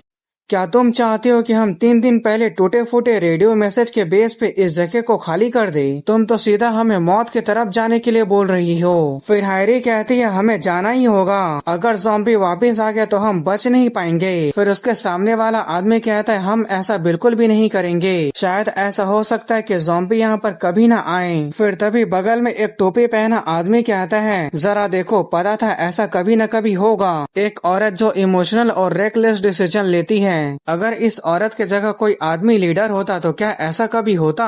क्या तुम लोगों को ऐसा नहीं लगता? फिर हैरी गुस्से से कहती है, आखिर तुम क्या बोल रहे हो? फिर तभी उन सिविलियन के बीच से हमारा MC मिन्स्योक आता है और कहता है, नहीं, ज़ॉम्बी कभी भी वापस आ सकते हैं। फिर वही टोपी वाला आदमी मिन्स्योक के कंधे पर हाथ रखते हुए कहता है, आखिर तुम हो कौन जो इस तरह से बातें कर रहे हो जैसे कि तुम सब कुछ जानते हो? फिर हैरी कहते हैं, ये एक एक्सपर्ट है। फिर वो आदमी कहता है, क्या एक्सपर्ट? आखिर तुम्हारे इन आंखों के साथ क्या दिक्कत है? फिर उसके बाद जब वो मिन्स्योक के आंखों को गौर से देखता है जैसे कि उसके सामने बहुत ही खुखार ज़ॉम्बी हो, और मिन्स्योक उस टोपी वाले आदमी को कह रहा होता है, यहाँ पे रहने का मतलब यही है कि हम थाली पे परोसे गए मीट के जैसे हैं। क्या इसे ही जिंदा रहना कहते हैं? ये तो बस अपने मरने का इंतजार करने के बराबर है। फिर उसके बाद मिन्स्योक आगे चले जाता है और वो टोपी वाला आदमी अपने सीने पर हाथ रख के काफी जोर जोर से हांफने लगता है। फिर उसके सामने एक और आदमी आ जाता है और कहता है, तुम्हें क्या लगता है अगर हम इन्हें फॉलो करते हैं तो क्या हमें जिंदा रहने की गारंटी मिलेगी? फिर मिन्स्योक कहता है, ऐसी बात नहीं है। फिर वही आदमी कहता है, बातें ना तो गारंटी देती है और ना ही प्रूफ। फिर उसके बाद मिन्स्योक सभी के सामने खड़े हो जाता है और कहता है, मैं तुम लोगों से कुछ पूछना चाहता हूँ। अगर तुम लोग सोल्जर को फॉलो नहीं करते हो तो क्या तुम लोग इनके बिना सरवाइव कर सकते हो? क्या तुम लोग अपने खुद के दम पे जिंदा रह सकते हो? उसकी बातें सुनकर उस जगह पर सन्नाटा छा जाता है। फिर एक आदमी कहता है, अगर इसके बारे में ध्यान से सोचो तो वो सही बोल रहा है। हम सोल्जर के बिना बस एक जीता जागता मीट हैं और कुछ भी नहीं। फिर एक दूसरा आदमी कहता है, अभी तक हम सिर्फ मिलिट्री के वजह से जिंदा हैं, हमें उनका शुक्रिया अदा होना चाहिए। फिर तभी वो लोग चीयर करने लगते हैं, चलो कोशिश करते हैं, चलो सोल्जर पे भरोसा करते हैं, चलो उन्हें फॉलो करते हैं। और एक ही पल में उनके वक्त और जज्बात बदलता देख हैरी हैरान होते हुए सोचने लगती है, उसने बिना किसी मेहनत के बड़े ही आसानी से तुरंत उनके मन को बदल दिया। फिर वो मिन्स्योक के तरफ देखते हुए सोचने लगती है, आखिर वो है कौन? और मिन्स्योक भी ये बात समझ जाता है। फिर वो कहता है, मुझे शुक्रिया बोलने की कोई जरूरत नहीं है। और वो पहले की बातों को याद करके सोचने लगता है, मैं कई बार ऐसे सिचुएशन में फंस जाता था जहाँ चीजें मेरे फेवर में नहीं थी, तो भी मैं जैसे तैसे करके लोगों को कन्वेंस कर लेता था। फिर अभी वो प्रेजेंट टाइम में अपने हाथ को आगे बढ़ाते हुए कहता है, और इसके अलावा ये मेरे और मेरी बेटी के लिए भी है। अगर तुम लीडर बनती हो तो बिना किसी शक के ये जरूर काम करेगा।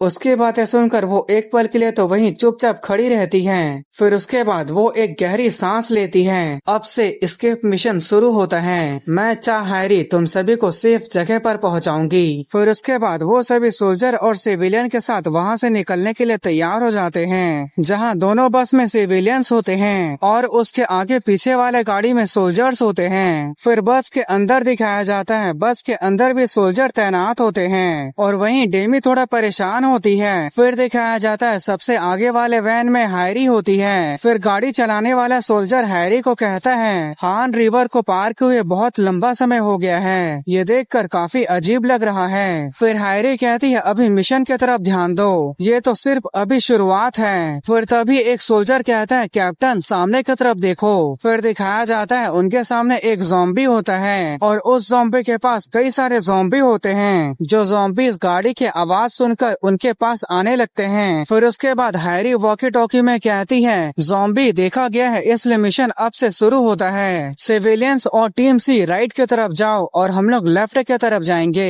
फिर दिखाया जाता है सिविलियन के बस और एक मिलिट्री वैन राइट की तरफ चली जाती है और हैरी की वैन लेफ्ट की तरफ चली जाती है। फिर दिखाया जाता है हैरी के गाड़ी के सोल्जर अपने पास से उन ज़ॉम्बी के ऊपर कचरा फेंकने लगते हैं, जिससे उन सभी ज़ॉम्बी का ध्यान हैरी वाले गाड़ी की तरफ चले जाता है। फिर हैरी कहती है, ये लोग सेंसिटिव होते हैं, ये लोग देखने से ज्यादा सुनने पर भरोसा करते हैं, इसलिए जहाँ पर ज्यादा आवाज आता है ये लोग उसकी तरफ जाते हैं और खाली के टकराने की वजह से वो ज्यादा आवाज करती है, जिसके वजह से ज़ॉम्बी हैरी वाली गाड़ी का पीछा करने लगते हैं। फिर एक सोल्जर कहता है, ये काम कर रहा है, वो लोग सिर्फ हमारा पीछा कर रहे हैं। फिर हैरी कहती है, डिस्टेंस बना के रखो, वो लोग हमें पकड़ ना पाए। फिर एक सोल्जर कहता है, लेकिन कैप्टन वो बहुत ही सारे हैं, वो जल्दी हमें पकड़ लेंगे। फिर हैरी पीछे मुड़कर देखती है और सोचने लगती है, अगर ऐसे ही चलता रहा तो हमें काफी मुश्किल हो सकती है। फिर वो कहती है, स्योंग सान ब्रिज की तरफ चलो। फिर उसके बाद हमें थोड़ी देर बाद एक ब्रिज को दिखाया जाता है जो बीच से टूटा हुआ होता है और वहीं पर हैरी की गाड़ी पहुंच जाती है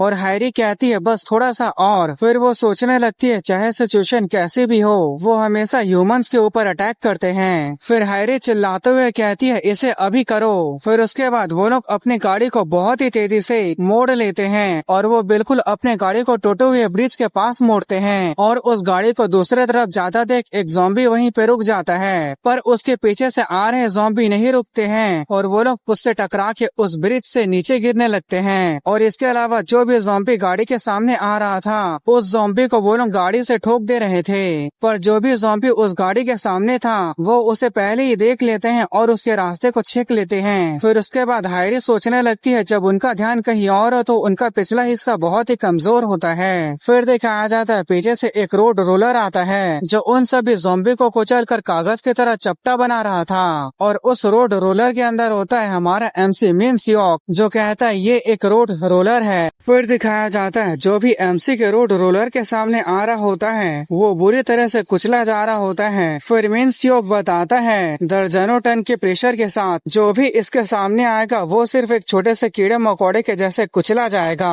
और मिन्स्योक उन सभी ज़ॉम्बी के ऊपर ब्रूटली रोड रोलर चला रहा होता है और वो रोड रोलर को चलाते हुए पुल के आखिरी टूटे हुए हिस्से तक पहुंच जाता है और मिन्स्योक को इतना रूथलेसली मारता देख हैरी और उसके साथ के सोल्जर भी काफी हैरान हो जाते हैं। फिर उसके बाद मिन्स्योक रोड रोलर को चलाते हुए उन ज़ॉम्बी को ब्रिज के टूटे हुए हिस्से तक ले जाता है और उन्हें रोड रोलर से धकेल देता है जिससे जो भी बचे खुचे ज़ॉम्बी थे वो ब्रिज से गिर जाते हैं। फिर मिन्स्योक को दिखाया जाता है जिसे ऐसा करने से कुछ खास फर्क नहीं पड़ रहा था। फिर उसके बाद थोड़ी देर बाद का सीन दिखाया जाता है जहाँ पर बस के अंदर डेमी को दिखाया जाता है जो सोच रही होती है ये क्या बकवास है। फिर वो पहले की बातों को याद करने लगती है जहाँ वो अपने फादर से कह रही थी जरूरी नहीं है कि ये आप ही को करना है। फिर मिन्स्योक कहता है और कोई नहीं है जो मेरे अलावा इसे कर सकता है, तुम्हें मेरे बारे में ज्यादा चिंता करने की जरूरत नहीं है। लेकिन क्या हो जब सोल्जर को आपके बारे में कुछ अजीब लगे तो? फिर मिन्स्योक कहता है चिंता मत करो मैं तो बस उन्हें सपोर्ट करने के लिए जा रहा हूँ। फिर उसके बाद प्रेजेंट टाइम में आवाज आता है कि कैप्टन चाह हैरी की टीम वापस आ गई है। फिर वो बगल में देखती है जहाँ पर मिन्स्योक उसे हाय कह रहा था। उसे देखकर डेमी सोचने लगती है मैं उन्हें नहीं दिखाऊंगी कि मैं उनके बारे में चिंता कर रही थी। फिर तभी उसकी नजर रोड रोलर के तरफ पड़ती है जिसे देखकर वो कुछ भी समझ नहीं पाती। फिर उसके बाद हैरी कहती है सभी लोग पीछे हटो और वो रास्ता खाली करके रोड रोलर को आगे ले जा रही होती है। फिर दिखाया जाता है उनके सामने ज़ॉम्बी आ गए होते हैं, लेकिन बदकिस्मत की बात है कि वो लोग रोड रोलर के सामने आ गए होते हैं और वो सभी ज़ॉम्बी कुचल कर मारे जाते हैं। फिर दिखाया जाता है सबसे आगे रोड रोलर, उसके पीछे हैरी की गाड़ी, फिर सिविलियन के बस, फिर एक और मिलिट्री गाड़ी होती है और वो लोग इसी तरह से आगे बढ़ रहे होते हैं। फिर एक सोल्जर कहता है कैप्टन हमारा मिशन पूरा हो गया है, हम लोग पहुँच गए हैं और वो लोग शाम के 6:45 में पहुँच गए होते हैं। फिर हमारा MC सोच रहा होता है second mechanized infantry brigade unit जिसने मेरे पास्ट लाइफ में लंबे समय तक सरवाइव किया था, डेजियन के रास्ते में की स्ट्रॉन्ग होल्ड में से एक को लीड करना इतना भी ज्यादा आसान नहीं था। गाइस पहले तो मुझे लगा था कि डेजियन MC का नाम है, लेकिन अब ऐसा लग रहा है कि डेजियन उसी फाइनल शेल्टर का नाम है। फिर मिन्स्योक आगे सोच रहा होता है फिर भी हम यहाँ तक सिर्फ 8 दिन में पहुँच गए, मेरे पास्ट लाइफ के कंपेयर में हम काफी तेज हैं, फिर भी हम लोग अपनी गार्ड डाउन बिल्कुल भी नहीं कर सकते। मैं बिल्कुल भी कोई लापरवाही नहीं कर सकता, सिर्फ ये सोच के कि मैं अभी काफी ज्यादा स्ट्रॉन्ग हो गया हूँ तो डेमी खतरे में पड़ सकती है। मुझे अपने पास्ट लाइफ के एक्सपीरियंस को यूज करना है और अपने रास्ते से बिल्कुल भी नहीं भटकना है। असली बैटल अब यहाँ से शुरू होगी। फिर रोड रोलर के ऊपर बैठा सोल्जर कहता है तुम सच में अमेजिंग हो, सच कहूँ तो इस मिशन में मुझे तुमसे ज्यादा उम्मीद नहीं थी, लेकिन तुमने हम सभी को बचा लिया तो अब मुझे बिल्कुल भी डर नहीं लग रहा है, हम तुम पे भरोसा कर सकते हैं। फिर मिन्स्योक के बगल वाला सोल्जर कहता है क्या तुम कंस्ट्रक्शन का काम करते थे? फिर मिन्स्योक कहता है नहीं, मैंने इसे सीखा है, जितना ज्यादा तुम्हारे पास स्किल होते हैं तुम उतना ही ज्यादा बेहतर होते हो, मुझे मुझे खुशी है कि हम इस जगह तक सेफली पहुंच गए। फिर उसके बाद मिनसोक उतरते हुए कहता है हाँ शुक्रिया। फिर हायरी कहती है तुमने अभी क्या कहा? फिर उसके बाद मिनसोक कहता है हाँ। फिर हायरी कहती है उसके बाद क्या कहा? फिर मिनसोक कहता है मेरा मतलब ये था कि। फिर हायरी चिल्लाते हुए कहते हैं बस अब चुप हो जाओ। फिर उसके बाद दो सोल्जर सैल्यूट करते हुए कहते हैं आपका स्वागत है कैप्टन चा हायरी, हम आपका इंतजार कर रहे थे, हमें उम्मीद थी कि आप जरूर यहाँ आएंगे। फिर उसके बाद बताया जाता है जिसने हेलमेट नहीं पहना होता है वो सेकेंड मैकेनाइज्ड इन्फेंट्री ब्रिगेड के 1st बटालियन का कंपनी कमांडर होता है और इसका नाम सार्जेंट ली इन हुई होता है। फिर हायरी कहती है क्या तुम मुझे जानते हो? फिर उसके बाद सार्जेंट इन हुई कहता है हाँ हमें इन्फॉर्म कर दिया गया था, तुम्हारे स्किल के हिसाब से हमें बताया गया था कि तुम आज तक पहुंच जाओगी, ऐसे कर्नल चा ने कहा था। फिर हायरी कहती है क्या सच में कर्नल चा ने ऐसे कहा था? फिर सार्जेंट इन हुई कहता है कर्नल चा ने ये भी कहा था कि तुम एक सन की फीमेल सोल्जर हो जो किसी भी जगह पर हलचल मचा देती है। उसकी बातें सुनकर हायरी काफी गुस्सा होने लगती है और उसके पीछे खड़े सोल्जर हंस रहे होते हैं। फिर उसके बाद हायरी गुस्से से उन सोल्जर की तरफ देखती है और कहती है अभी वो कहाँ पर हैं? फिर सार्जेंट इन हुई कहता है वो अभी पीछे के गेट पर गए हैं, अचानक से वहाँ पर ज़ॉम्बी आ गए हैं। जिसकी बातें सुनकर हैरी हैरान हो जाती है। फिर वो कहती है क्या कर्नल चा उनसे खुद निपटने गए हैं? क्या उन्होंने कोई यूनिट ली थी? फिर सार्जेंट इन हुई कहता है नहीं। फिर हैरी कहती है अच्छा मेरा मतलब था कि वो अब पहले की तरह जवान नहीं रहे, वो अब बूढ़े हो रहे हैं। फिर सार्जेंट इन हुई कहता है नहीं इसकी कोई जरूरत नहीं है और वो यहाँ पर भले ही इस्माइल कर रहा होता है पर वो थोड़ा परेशान भी होता है। फिर उसके बाद हैरी कहती है क्या कर्नल चा अकेले उन सभी ज़ॉम्बी से निपट सकते हैं? फिर उसके बाद ब्रिगेड के पीछे गेट का सीन दिखाया जाता है जहाँ पर एक सोल्जर घड़ी को देखते हुए कहता है 35 मिनट 27 सेकेंड। कर्नल ये एक नया रिकॉर्ड है। फिर कर्नल कहता है अच्छा ऐसी बात है। फिर उसके बाद एक ज़ॉम्बी जमीन से टकराता है और उस ज़ॉम्बी की हालत खराब होती है और वहीं कर्नल चा इस्माइल कर रहा होता है। फिर कर्नल चा कहता है मैंने तुमसे कहा था एक दिन कुल्हाड़ी बंदूक को पीछे छोड़ देगी, तुम जानते हो ना सड़े हुए मीट का टेस्ट बेहतर होता है। फिर दिखाया जाता है कर्नल चा अपने कुल्हाड़ी से उस ज़ॉम्बी के सिर को काट के अपने हाथों में पकड़ा होता है। फिर उसके बाद हमें इसके बारे में बताया जाता है कि एक फॉर्मल स्पेशल कॉप कमांडर है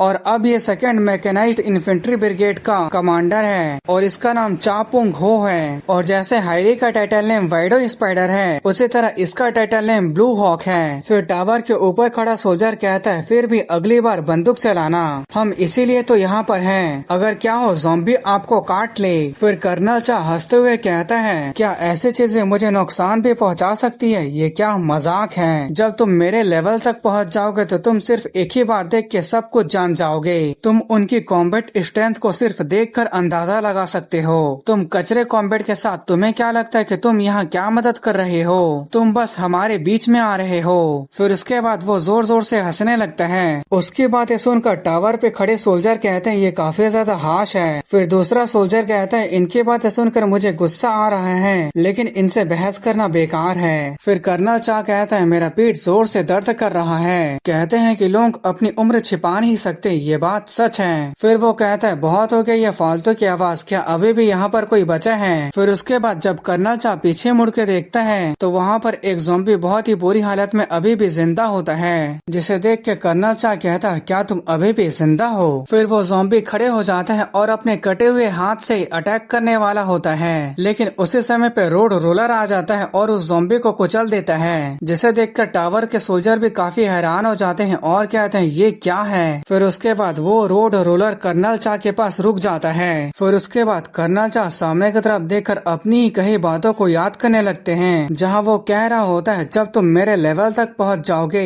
तो तुम सिर्फ एक ही बार देख के अंदाजा लगा सकते हो कि सामने वाला एग्जैक्टली कितना ज्यादा पावरफुल है और उसकी कॉम्बैट स्ट्रेंथ कितनी है। फिर उसके बाद मीन्स योक कहता है हेलो मेरा नाम रियो मीन्स योक है और मैं यहाँ पर कैप्टन चा हैरी के साथ आया हूँ। यहाँ के सिचुएशन को सुनने के बाद मुझे ऐसे लगा कि मैं शायद आपकी कुछ मदद कर सकूं, पर वो उसके आगे कुछ और बोल पाता तभी कर्नल चा अपने कुल्हाड़ी से उसके ऊपर अटैक कर देते हैं और वो कुल्हाड़ी मिनस्योक के सीने से टकरा जाती है। फिर वो सोल्जर कहते हैं, कर्नल आप ये क्या कर रहे हैं, ये सिविलियंस हैं। पर तभी वो सामने की तरफ देख के काफी हैरान हो जाता है। फिर वो कहता है, क्या ऐसा हो भी सकता है? फिर दिखाया जाता है जब कर्नल ने दूसरी बार अटैक किया होता है तो मिनस्योक उसके कुल्हाड़ी को सिर्फ अपने खाली हाथों से पकड़ लेता है। फिर उसके बाद कर्नल कहता है, जल्दी से अंदर जाओ और रेड लेवल के सिक्योरिटी अलर्ट को दबाओ, यहाँ पर एक बहुत ही खतरनाक मॉन्स्टर आ गया है। फिर उसके बाद मिनस्योक कहता है, आपकी आंखें धोखा नहीं खा सकती कर्नल चापुंग हो। उसकी बातें सुनकर कर्नल हैरान होते हुए कहता है, क्या? फिर उसके बाद मिनस्योक अपने खाली हाथों से कर्नल चा के कुल्हाड़ी को तोड़ देता है। फिर उसके बाद मिनस्योक कहता है, मुझे यहीं रहना होगा, इसका मतलब मुझे तुम्हें कन्विंस करना होगा। ऐसा लगता है कि अब सिर्फ बोलने से काम नहीं चलेगा, इसके बजाय मैं वो तरीका यूज करूंगा जो आपको भी सबसे ज्यादा पसंद है। उसकी बातें सुनकर कर्नल चा भी स्माइल करने लगता है। फिर उसके बाद हमें मिनस्योक को दिखाया जाता है जो पूरे तरह से फाइटिंग करने के लिए तैयार होता है और कहता है, मैं आपको दिखाऊंगा असल में मैं हूँ कौन। फिर वो सोचने लगता है अपने बॉडी के साथ दूसरों से बातचीत करना अब शुरू होता है, ये एक सुपर नेचुरल बीइंग का रूल है। फिर उसके बाद कर्नल चा कहता है, तो तुम्हारे कहने का मतलब ये है कि तुम मुझसे फाइट करना चाहते हो? मैंने हर तरह के पागल लोगों को देखा है लेकिन तुम्हारे जैसे पागल मैंने इससे पहले कभी नहीं देखा। फिर उसके बाद वो अपने बॉडी पे पहने सभी आर्मर को उतार देता है। फिर वो कहता है, आखिर तुम्हें कैसे पता चला कि मुझे इन जैसे बकवास चीजों में इंटरेस्ट है? फिर उसके बाद वो अपने जगह से जंप करके मिनस्योक के ऊपर अटैक करने वाला होता है और कहता है, ठीक है तो चलो देखते हैं आखिर एग्जैक्टली तुम हो कौन। और दूसरे तरफ मिनस्योक भी अपने पंच को बनाकर फाइट करने के लिए तैयार हो जाता है। फिर उसके बाद कोड रेड बोल के अनाउंस किया जाता है और सभी सिविलियंस को शेल्टर में जाने के लिए कहा जाता है। और उस अनाउंसमेंट को सुन के हायरी कहती है, कोड रेड आखिर यहाँ चल क्या रहा है? फिर उसके बाद उसके सामने खड़े सोल्जर कहते हैं, हमें नहीं पता, हम आपको बाद में एक्सप्लेन कर देंगे, अभी के लिए अनाउंस किए गए प्रोटोकॉल को प्लीज फॉलो कीजिए। फिर तभी पीछे से एक सोल्जर आता है और कहता है, क्या तुम ही कैप्टन चा हो? जिसे देखकर उसके सामने खड़ा सोल्जर कहता है, कैप्टन गोक यहाँ क्या चल रहा है? फिर जो कैप्टन गोक होता है वो हायरी की तरफ बंदूक तानते हुए कहता है, यही है जो हमें अच्छे से बता सकती है। फिर हायरी कहती है, तुम क्या कर रहे हो? आखिर तुम किस बारे में बकवास कर रहे हो? फिर कैप्टन गोक कहता है, एक मॉन्स्टर ने डिवीजन के पिछले गेट पर ब्रिगेड कमांडर के ऊपर अटैक कर दिया है और उस मॉन्स्टर ने तुम्हारा नाम लिया था। जिसकी बातें सुनकर हैरी हैरान होते हुए कहती है, क्या एक मॉन्स्टर? तुम किसके बारे में बात कर रहे हो? फिर कैप्टन गोक कहता है, उसने अपना नाम रियो मिनस्योक बताया था, तो बोलो वो कौन है? जिसकी बातें सुनकर हैरी कहती है, क्या रियो मिनस्योक? और वहीं पर डेमी अपने फादर के नाम को सुनकर काफी ज्यादा घबरा गई होती है। फिर उसके बाद हमें उनके फाइट का सीन दिखाया जाता है जहाँ मिनस्योक कर्नल चा के ऊपर अटैक किया था, पर कर्नल चा उस अटैक से बच जाता है, लेकिन उस पंच के वजह से उसके पीछे के दीवार का हालत काफी ज्यादा खराब हो गया था। फिर उसके बाद कर्नल चा अपने पैर से मिनस्योक के ऊपर किक करते हुए कहते हैं, तुमने एक दीवार को अपने सिर्फ एक ही पंच में तोड़ दिया, उसके बाद भी क्या तुम अभी भी अपने आप को एक ह्यूमन कह रहे हो? और यहाँ पर देखकर ऐसा लग रहा होता है कि कर्नल चा की किक मिनस्योक को लगी होती है, लेकिन सही समय पर मिनस्योक ने अपने दोनों हाथों से कर्नल चा के किक को ब्लॉक कर लिया होता है। फिर दिखाया जाता है मिनस्योक वहाँ से गायब हो जाता है और पलक झपकने के स्पीड से वो बिल्कुल कर्नल चा के पीछे पहुँच जाता है और उसके ऊपर अटैक करने वाला होता है, जिसे अपने पीछे कर्नल चा भी सेंस कर लेता है। फिर दिखाया जाता है मिनस्योक ने अपने हाथ के पंच को कर्नल चा के ऊपर कर दिया था, लेकिन कर्नल चा सही समय पर पीछे झुककर उस पंच से बच जाते हैं। फिर उसके बाद कर्नल चा थोड़ा हैरान हो जाते हैं और वो कुछ सोचने लगते हैं। फिर उसके बाद वो मिनस्योक के चेहरे पर एक जोरदार पंच मारते हैं, जिसके वजह से मिनस्योक पीछे की तरफ धकेला जाता है और अभी भी कर्नल चा कुछ सोच रहे होते हैं। फिर वो उसके बाद मिनस्योक का कॉलर पकड़ते हुए गुस्से से कहते हैं, तुम मेरे साथ मजाक कर रहे हो? जो पंच तुमने मुझे मारा था वो काफी स्लो था, क्या तुम मेरे ऊपर नरमी बरत रहे हो? फिर मिनस्योक कहता है, हाँ। फिर उसके बाद कर्नल चा कहता है, तुम्हें क्या लगता है छोटे बदमाश कहीं के? फिर मिनस्योक उसकी बातों को बीच में काटते हुए कहता है, अगर मैं अपनी पूरी ताकत से फाइट करता हूँ तो सब कुछ यहीं पर खत्म हो जाएगा, तुम मेरे हाथों मारे जाओगे। उसकी बातें सुनकर कर्नल चा एक पल के लिए वहीं चुपचाप खड़ा होता है। फिर वो परेशान होते हुए सोचने लगता है, वो बिल्कुल सही कह रहा है, जब से हम दोनों के बीच की फाइटिंग की शुरुआत हुई तब से मेरे बॉडी का हर एक सेल डर से कांप रहा है। हम दोनों के बीच का पावर का डिफरेंस काफी ज्यादा ओवरवेलमिंग है। फिर उसके बाद कर्नल चा कहता है आखिर ये क्या है, तुम मुझसे क्या चाहते हो। फिर उसके बाद मिन सॉक कहता है मैं तुमसे प्रोटेक्शन चाहता हूँ। उसके बाद ये सुनकर कर्नल चा जोर जोर से हंसने लगता है। फिर वो कहता है क्या तुम मेरे साथ मजाक कर रहे हो, आखिर तुम्हारे जैसे एक सनकी आदमी क्या अपनी प्रोटेक्शन मुझसे मांग रहा है। फिर उसके बाद मिन सॉक कहता है नहीं, वो आदमी मैं नहीं हूँ जिसे प्रोटेक्शन की जरूरत है। उसका नाम रियो डेमी है और वो मेरी बेटी है। प्लीज मेरे साथ आए सभी लोगों को, मेरी बेटी को और मुझे ब्रिगेड के साथ रहने दो। और कर्नल चा सामने की तरफ देख के हैरान हो जाता है क्योंकि कर्नल चा के सामने मिन सॉक घुटने के बल बैठा होता है। फिर उसके बाद मिन सॉक कहता है अगर तुम मेरी बातों को मानोगे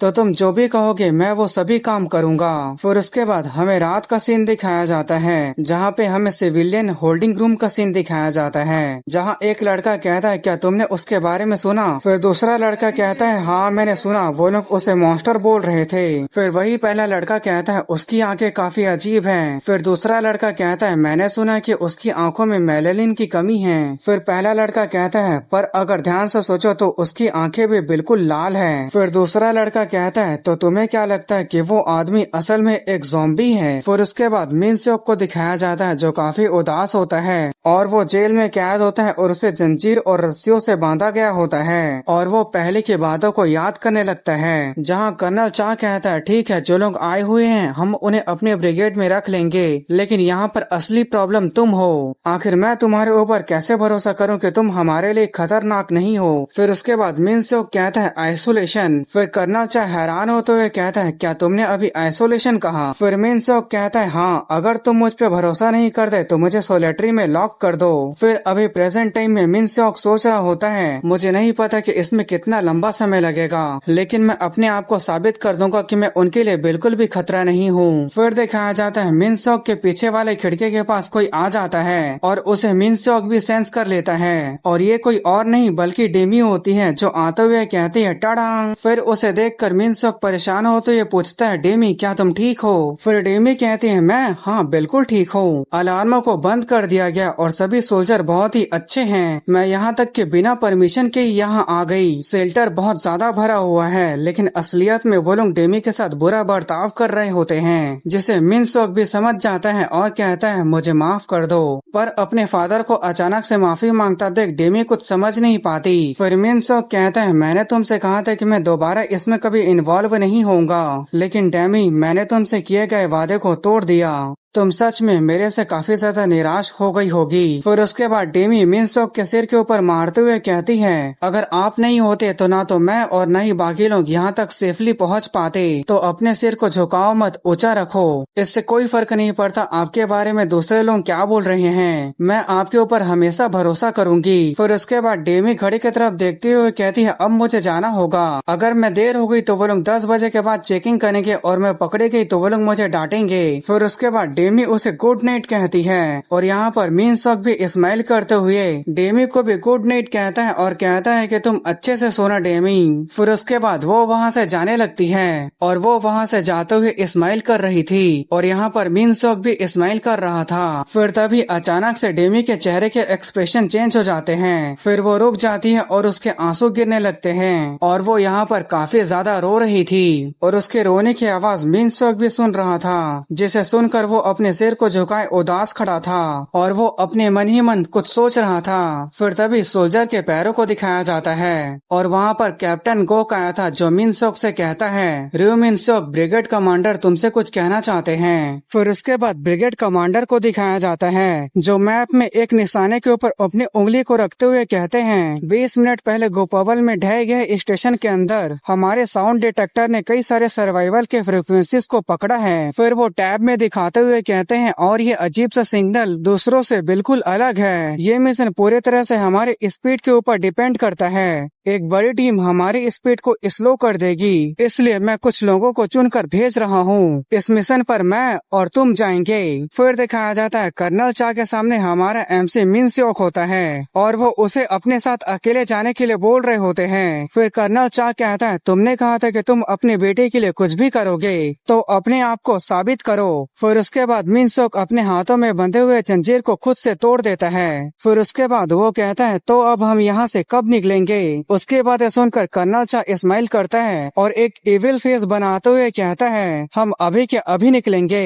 और वही मिनसोक भी एक सीरियस फेस बनाते हुए सोच रहा होता है गोपेबल स्टेशन रेस्क्यू मिशन अब यहाँ से शुरू होता है। फिर उसके बाद हमें गोपाबल स्टेशन का सीन दिखाया जाता है जहाँ पर एक बच्चा एक औरत के गोद में था और वो आवा वा करके बोल रहा था और उस औरत के साथ साथ वहाँ पर कई सारे लोग थे और वो बच्चा आवा वा बोलते हुए अपने हाथों से बगल वाले आदमी के हाथों को मार रहा था। फिर उसकी मदर कहती है डायून ऐसा नहीं करते। फिर उसके बाद वो आदमी अपने हाथ को दूसरी तरफ कर लेता है और उसके बगल में टोपी पहना आदमी कहता है यहाँ पहले ही काफी शोर शराबा है और ये बच्चा और भी ज्यादा शोर करके गुस्सा दिला रहा है।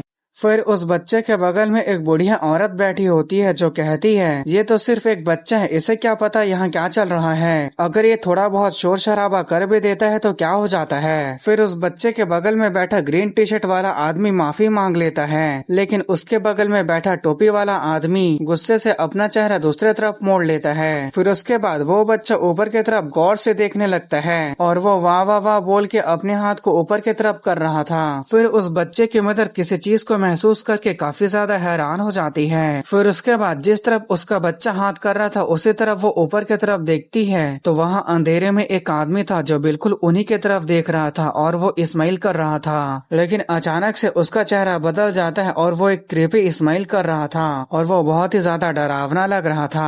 फिर उसके बाद हमें दूसरे जगह का सीन दिखाया जाता है जहाँ पर कई सारे ज़ॉम्बीज थे। फिर अचानक से एक ज़ॉम्बी की तरफ रोशनी आने लगता है और ये रोशनी एक मिलिट्री कार की थी जो उन सभी ज़ॉम्बीज को ठोकते हुए आगे की तरफ बढ़ रहा था और उस मिलिट्री कार को कर्नल चा चला रहा था। फिर वो कहता है तुमने देखा मिनसोक, मेरी मिलिट्री कार तुम्हारी रोड रोलर से बिल्कुल भी कम नहीं है। फिर मिनसोक भी हाँ कहते हुए कहता है रोड रोलर भले ही स्ट्रॉन्ग है लेकिन उसकी स्पीड कम है। फिर उसके बाद कर्नल चा कहता है इस ऑपरेशन के लिए स्पीड ही सब कुछ है, ऐसा इसलिए क्योंकि ये सब दो चीजों की वजह से है। पहला अनप्रेडिक्टेबल्स, केव के अंदर का एंट्री पॉइंट पूरे तरह से कोलैप्स हो गया होगा, यहाँ तक कि सभी ट्रैक्स भी ब्लॉक हो गए होंगे, और दूसरा ये चीज। फिर उसके बाद कर्नल चा टैब में एक फ्रिक्वेंसी को दिखाते हुए कहते हैं और वहाँ पर कुछ अनआइडेंटिफाइड क्रिएचर फंसे हुए हैं बचे हुए लोगों के साथ, इसका मतलब ये है कि हम अपना एक भी सेकंड बर्बाद नहीं कर सकते।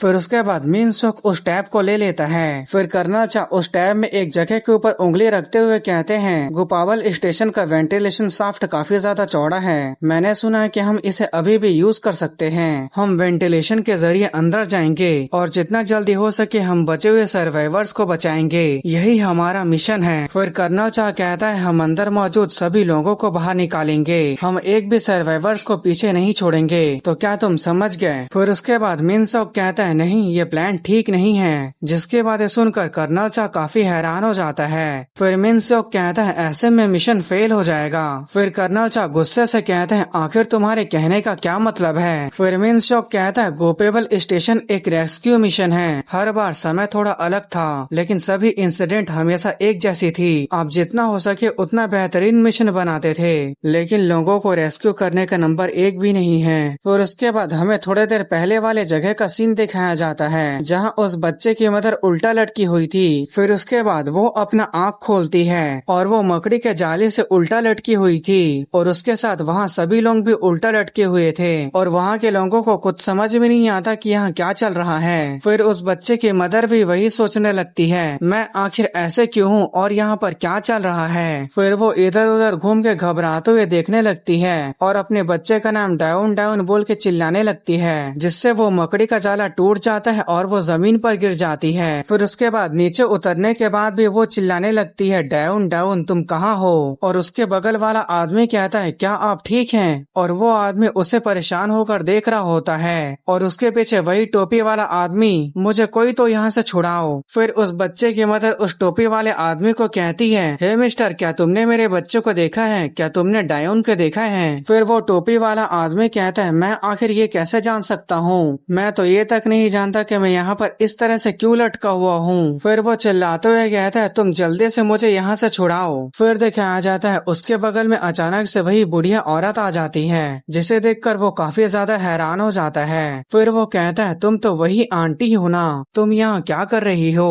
क्या तुम मुझे छुड़ाने आई हो। फिर दिखाया जाता है अचानक से उस बुढ़िया औरत की आंखें लाल हो जाती है और अचानक से उसका चेहरा काफी ज्यादा डरावना हो जाता है और वो एक क्रीपी स्माइल करने लगती है। फिर अचानक से उस बुढ़िया औरत का मुंह काफी ज्यादा बड़ा हो जाता है और वो उस टोपी वाले आदमी के सिर को चबाने लगती है और वहाँ पर सिर्फ उसके चीखने चिल्लाने की आवाज गूंजने लगती है, जिसे देखकर वहाँ नीचे खड़े सभी लोग काफी ज्यादा डर जाते हैं। फिर उसके बाद वो टोपी वाला आदमी नीचे गिर जाता है। फिर उसके बाद वो अपने जगह से उठने लगता है। फिर दिखाया जाता है उसका सिर का आधा हिस्सा गायब हो गया था और वो एक ज़ॉम्बी बन गया था। फिर वो लोगों की तरफ आगे बढ़ने लगता है, जिसे देखकर वहाँ सभी लोग डरने लगते हैं। फिर उसके बाद एक आदमी कहता है ये एक ज़ॉम्बी बन गया है, जल्दी से यहाँ से भागो। लेकिन उस आदमी को ही भागने में देर हो जाता है और ज़ॉम्बी उस आदमी को ही अपना शिकार बना लेते हैं। लेकिन बाकी सभी लोग अपनी जान बचाने के लिए वहाँ से भागने लगते हैं। फिर वो लोग कहने लगते हैं आखिर ज़ॉम्बी यहाँ पर कैसे आ गया। फिर दूसरा आदमी कहता है हमारे पास ये सब सोचने का समय नहीं है, हमें यहाँ से पहले निकलना होगा। और वहीं पर उस बच्चे की मदर डायोन डायोन बोल के चिल्लाते हुए रो रही होती है। फिर तभी अचानक से उसे अपने बच्चे का आवा वाह वाला आवाज सुनाई देता है, जिसे सुनकर वो वहीं पर रुक जाती है और वो मुड़कर सीढ़ी की तरफ देखने लगती है जहाँ से वो आवाज आ रहा था। फिर वो नीचे की तरफ जाने लगती है, जिसे देखकर पीछे वाला आदमी कहता है आखिर तुम नीचे की तरफ क्यों जा रही हो, नीचे की तरफ के सबवे ट्रैक्स ब्लॉक हैं। फिर तभी उस आदमी का फादर आ जाता है जो कहता है बेटा तुम क्या कर रहे हो, जल्दी यहाँ से चलो। फिर वो आदमी हैरान होते हुए कहता है फादर पीछे की तरफ देखो। फिर उसके फादर के पीछे की तरफ दिखाया जाता है जहाँ कई सारे ज़ॉम्बीस आ गए थे और वहाँ लोगों के सिर्फ चीखने चिल्लाने की आवाज सुनाई दे रही थी। फिर उस बच्चे के मदर की तरफ दिखाया जाता है जो अपने बच्चे के आवाज की तरफ जा रही थी और वो कह रही थी डायोन मैं आ रही हूँ, तुम्हें डरने की जरूरत नहीं है, तुम्हारी मदर तुम्हारे पास आ रही है। फिर वो बच्चे की मदर अपने बच्चे के पास आ जाती है। फिर वो जब अपने बच्चे की तरफ देखती है तो उसका एक क्यूट सा बच्चा बड़ा सा ज़ॉम्बी बन गया था और वो अपने हाथों में एक आदमी को पकड़ के उसके सिर को खा रहा था और वो एक नॉर्मल ज़ॉम्बी नहीं बल्कि एक म्यूटेड ज़ॉम्बी बन गया था जिसके 4 पैर थे। और वो ज़ॉम्बी अपने मदर को देख के काफी ज्यादा रोने लगता है और अपने बच्चों को ऐसे हालत में देख के वो काफी ज्यादा हैरान हो जाती है और वो कहने लगती है ऐसा नहीं हो सकता, ये सब झूठ है, ये सब सपना है। फिर वो बच्चा वाला ज़ॉम्बी अपने मदर को अपने हाथों से पकड़ लेता है और उसे खाने वाला होता है। और यहाँ पर दोनों माँ बेटे रो रहे थे क्योंकि ना तो उसके मदर को अपने बच्चे के ऐसे हालत पर यकीन हो रहा था और ना ही वो बच्चा अपने मदर को खाना चाहता था। फिर उसके बाद हमें एक मेट्रो को दिखाया जाता है जिसके आसपास से काफी ज्यादा आग निकल रहा था और वो मेट्रो उस बच्चे ज़ॉम्बी के पास आने लगता है और वहाँ पर आके ब्लास्ट हो जाता है जिससे वो बच्चा ज़ॉम्बी आग में जलने लगता है और वो काफी जोर जोर से चीखने चिल्लाने लगता है और वो मदर उसके हाथों से छूट के नीचे की तरफ गिर गई होती है और वो अपने बच्चे को जलता देख काफी ज्यादा रोने लगती है। पर तभी वो अचानक से सामने की तरफ देख के काफी हैरान हो जाती है जहाँ मिन सॉक कहता है मैं सभी लोगों को बचाने की अपनी पूरी कोशिश करूंगा। फिर उसके बाद कुछ देर पहले का सीन दिखाया जाता है, लेकिन मैं सभी लोगों को बचा नहीं सकता। अगर दूसरे शब्दों में कहा जाए तो कोई भी ह्यूमन इस काम को नहीं कर सकता। फिर दिखाया जाता है हमारा MC मिन सॉक उस आग से निकलता है और उसके सामने उस बच्चे की मदर बैठी होती है और हमारा MC यहाँ पर काफी ज्यादा बैडेस लग रहा होता है और यहाँ पर पूरा बॉडी उसका आग से जल रहा होता है, लेकिन तो भी इसके बावजूद भी उसे जरा सा भी फर्क नहीं पड़ रहा होता है। फिर उसके बाद हमें बताया जाता है स्किन वॉल्कर जो बेहोश इंसानों को मारकर उनका शिकार करता है और उनके चेहरों का नकल करता है, एक spider type high rank creature. और हमारा मिन सॉक गौर से उस ज़ॉम्बी को देख रहा था। फिर उसके बाद वो ज़ॉम्बी एक जोरदार दहाड़ मारता है और अपने जीप से मिन सॉक के ऊपर अटैक कर देता है और उसका जीप मिन सॉक की तरफ आ रहा था, लेकिन मिन सॉक बिल्कुल भी अपने जगह से हिल नहीं रहा होता है। फिर उसके बाद वो ज़ॉम्बी आगे की तरफ घिंचाने लगता है। फिर उसके बाद वो जमीन पर जोर से टकरा जाता है और उसके सामने मिन सॉक बहुत ही तेजी से आ रहा था जो उसके जीप को पकड़ा हुआ था और उसके आसपास से आग ही आग निकल रहा था और मिन सॉक के बिल्कुल सामने ज़ॉम्बी था। फिर वो उस ज़ॉम्बी के पास आके उसे अपने लात खुशों से बहुत ही बुरे तरह से पीटने लगता है जिससे उस ज़ॉम्बी की चीखें निकल जाती हैं। फिर उसके बाद मिन सॉक बताता है दूसरे शब्दों में इसकी कमजोरी आग है, इसे आग से इतना ज्यादा भर दो कि इसे रोकना रोकने का एक भी मौका ना मिले। फिर उसके बाद मिनसोक सोच रहा होता है मुझे इसे एक ही स्ट्राइक में खत्म करना होगा। फिर तभी अचानक से मिनसोक के ऊपर कोई पत्थर मारने लगता है और पत्थर मारने वाली कोई और नहीं बल्कि उस बच्चे की मदर थी, जो रोते हुए कहती है मेरे बेटे को मत छुओ। फिर उसके बाद जब मिनसोक पीछे मुड़ के देखता है तो वो ज़ॉम्बी मिनसोक को घूर घूर के देख रहा था। फिर उसके बाद वो ज़ॉम्बी एक जोरदार दहाड़ मारता है। और गाइज मैं आपको यहाँ पर बता दूं, मैं भले ही ज़ॉम्बी बोल रहा हूँ लेकिन ये वही स्पाइडर है जो अपने चेहरे को उस बच्चे के चेहरे में बदला हुआ है। फिर उसके बाद ज़ॉम्बी के उस दहाड़ से मिनसोक पीछे की तरफ फेंका जाता है और जैसे ही उस दहाड़ का प्रेशर उस बच्चे के मदर की तरफ जाता है वो उस प्रेशर को बिल्कुल भी झेल नहीं पाती और वहीं जमीन पर गिर जाती है। और मिनसोक भी उसके प्रेशर को झेल नहीं पा रहा था और वो भी घुटने के बल झुक जाता है। फिर वो ज़ॉम्बी और भी ज्यादा जोर से चिल्लाने लगता है, जिसके चिल्लाने की वजह से उसका प्रेशर भी बढ़ रहा था और वो ज़ॉम्बी धीरे धीरे करके मिनसोक के पास आने लगता है और मिनसोक उसके प्रेशर को झेल नहीं पा रहा था, यहाँ तक कि उसके नीचे की जमीन भी शटर होने लगी थी और साथ ही धीरे धीरे करके उसकी आंखें भी बंद होने लगी थी। फिर वो पहले की बातों को याद करने लगता है जहाँ डेमी उससे कह रही होती है इससे कोई फर्क नहीं पड़ता दूसरे आपके बारे में क्या बोलते हैं, मैं हमेशा आपके ऊपर भरोसा करूंगी, इसलिए अपने सिर को हमेशा ऊंचा रखना।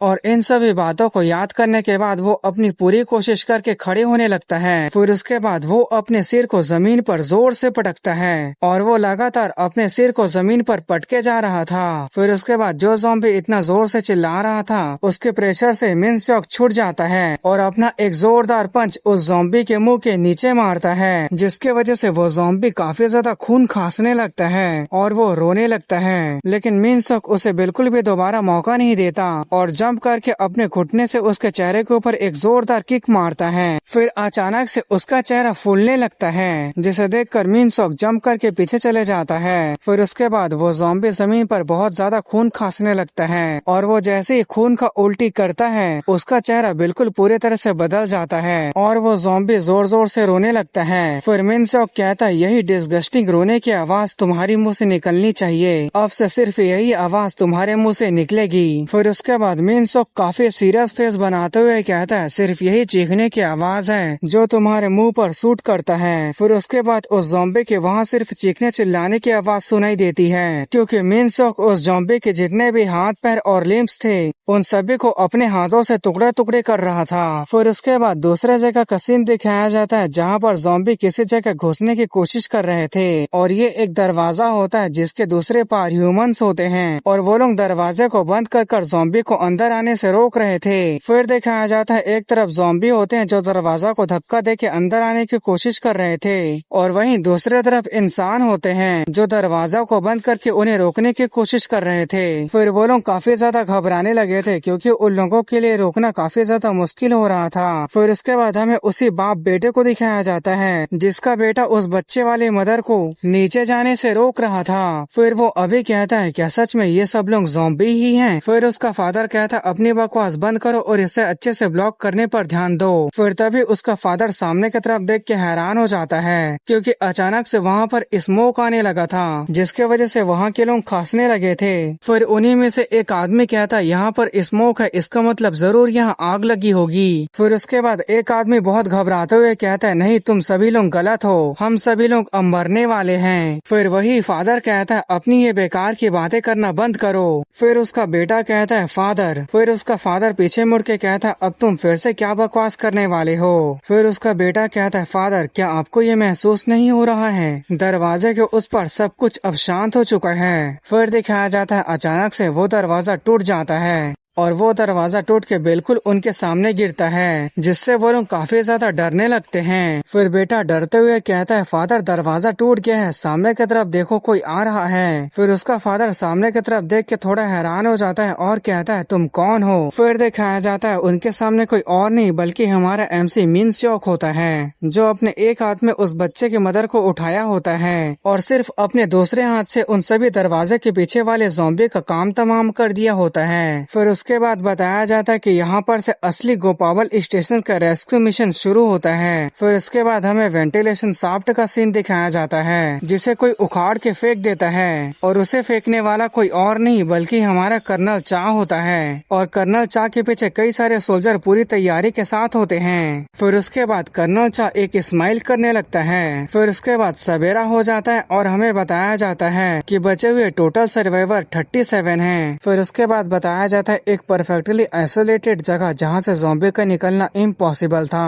फिर उसके बाद हमें एक सोल्जर को दिखाया जाता है जिसे मकड़ी के जाले से ढका हुआ कोई चीज मिलता है, जिसे देखकर उसका कैप्टन भी हैरान हो जाता है। फिर दिखाया जाता है उस मकड़ी के जाले से वही क्यूट बच्चा निकला होता है, जिसे देखकर उसकी मदर काफी ज्यादा खुश हो जाती है। फिर उसके बाद बताया जाता है अंदर से लगभग 40 लोगों को बचाया गया था। सचमुच ये किसी मिरेकल से कम नहीं था, इसलिए मेरे फादर। फिर उसके बाद दिखाया जाता है वहाँ सभी लोग खुश होते हैं और वो लोग चेयर कर रहे होते हैं। फिर उसके बाद डेमी आगे बताती है इसलिए मेरे फादर मैन ऑफ मिरेकल बन गए। और यहाँ पर मिनसॉक अपने हाथ को उठा के हाय हेलो कह रहा होता है, लेकिन यहाँ देखने से ऐसे लग रहा होता है कि जैसे लेकिन ये देखने से ऐसे लग रहा होता है जैसे कि कोई गॉड ब्लेसिंग दे रहा हो। और उसे देखकर कैप्टन हैरी क्या बोले कुछ समझ ही नहीं पा रही थी। और उसके बगल वाला सोल्जर ताली बजाते हुए कहता है मुझे पहले से ही लगा था कि वो थोड़ा बहुत स्ट्रॉन्ग है, लेकिन मैंने कभी उम्मीद नहीं किया था कि वो कुछ ऐसा भी कर सकता है। वो सच में काफी ज्यादा अमेजिंग है। और वहीं कैप्टन चा भी ताली बजाते हुए और हंसते हुए कहते हैं तुम पास हो गए हो, तुम पूरी तरह से पास हो गए हो। फिर तभी मिनसॉक का ध्यान साइड की तरफ जाता है जहाँ पर उसकी बेटी डेमी खड़ी थी, जो उसे गौर से देख रही थी, जिसे देखकर मिनसॉक स्माइल करने लगता है और उसे स्माइल करता देख डेमी भी स्माइल करने लगती है। फिर उसके बाद वो दोनों पास आते हैं और वो लोग एक दूसरे के गले लग जाते हैं। फिर उसके बाद बताया जाता है गोपावल स्टेशन के रेस्क्यू मिशन में 52 लोगों को पहचान लिया गया है, जिसमें से 15 लोग मारे गए, 12 लोग घायल हैं और 37 लोग सही सलामत बचे हुए हैं। फिर उसके बाद हमें दूसरा जगह का सीन दिखाया जाता है जहाँ पर एक सोल्जर बिस्तर पर लेटे आदमी के पास आता है और कहता है ये काफी ज्यादा बुरा है। मिशन के बाद से उसे काफी ज्यादा खांसी हो रही है और वो सोता ही रहता है। फिर उसके बाद वो सोल्जर वहाँ से जाते हुए कहता है जो भी हो आप अच्छे से आराम करना, मैं मेडिसिन को बाद में लेके आऊंगा सार्जेंट। फिर उसके बाद वो सोल्जर दरवाजे को बंद करके वहाँ से चले जाता है। फिर हमें उस सार्जेंट को दिखाया जाता है जो बिस्तर में लेटा हुआ था।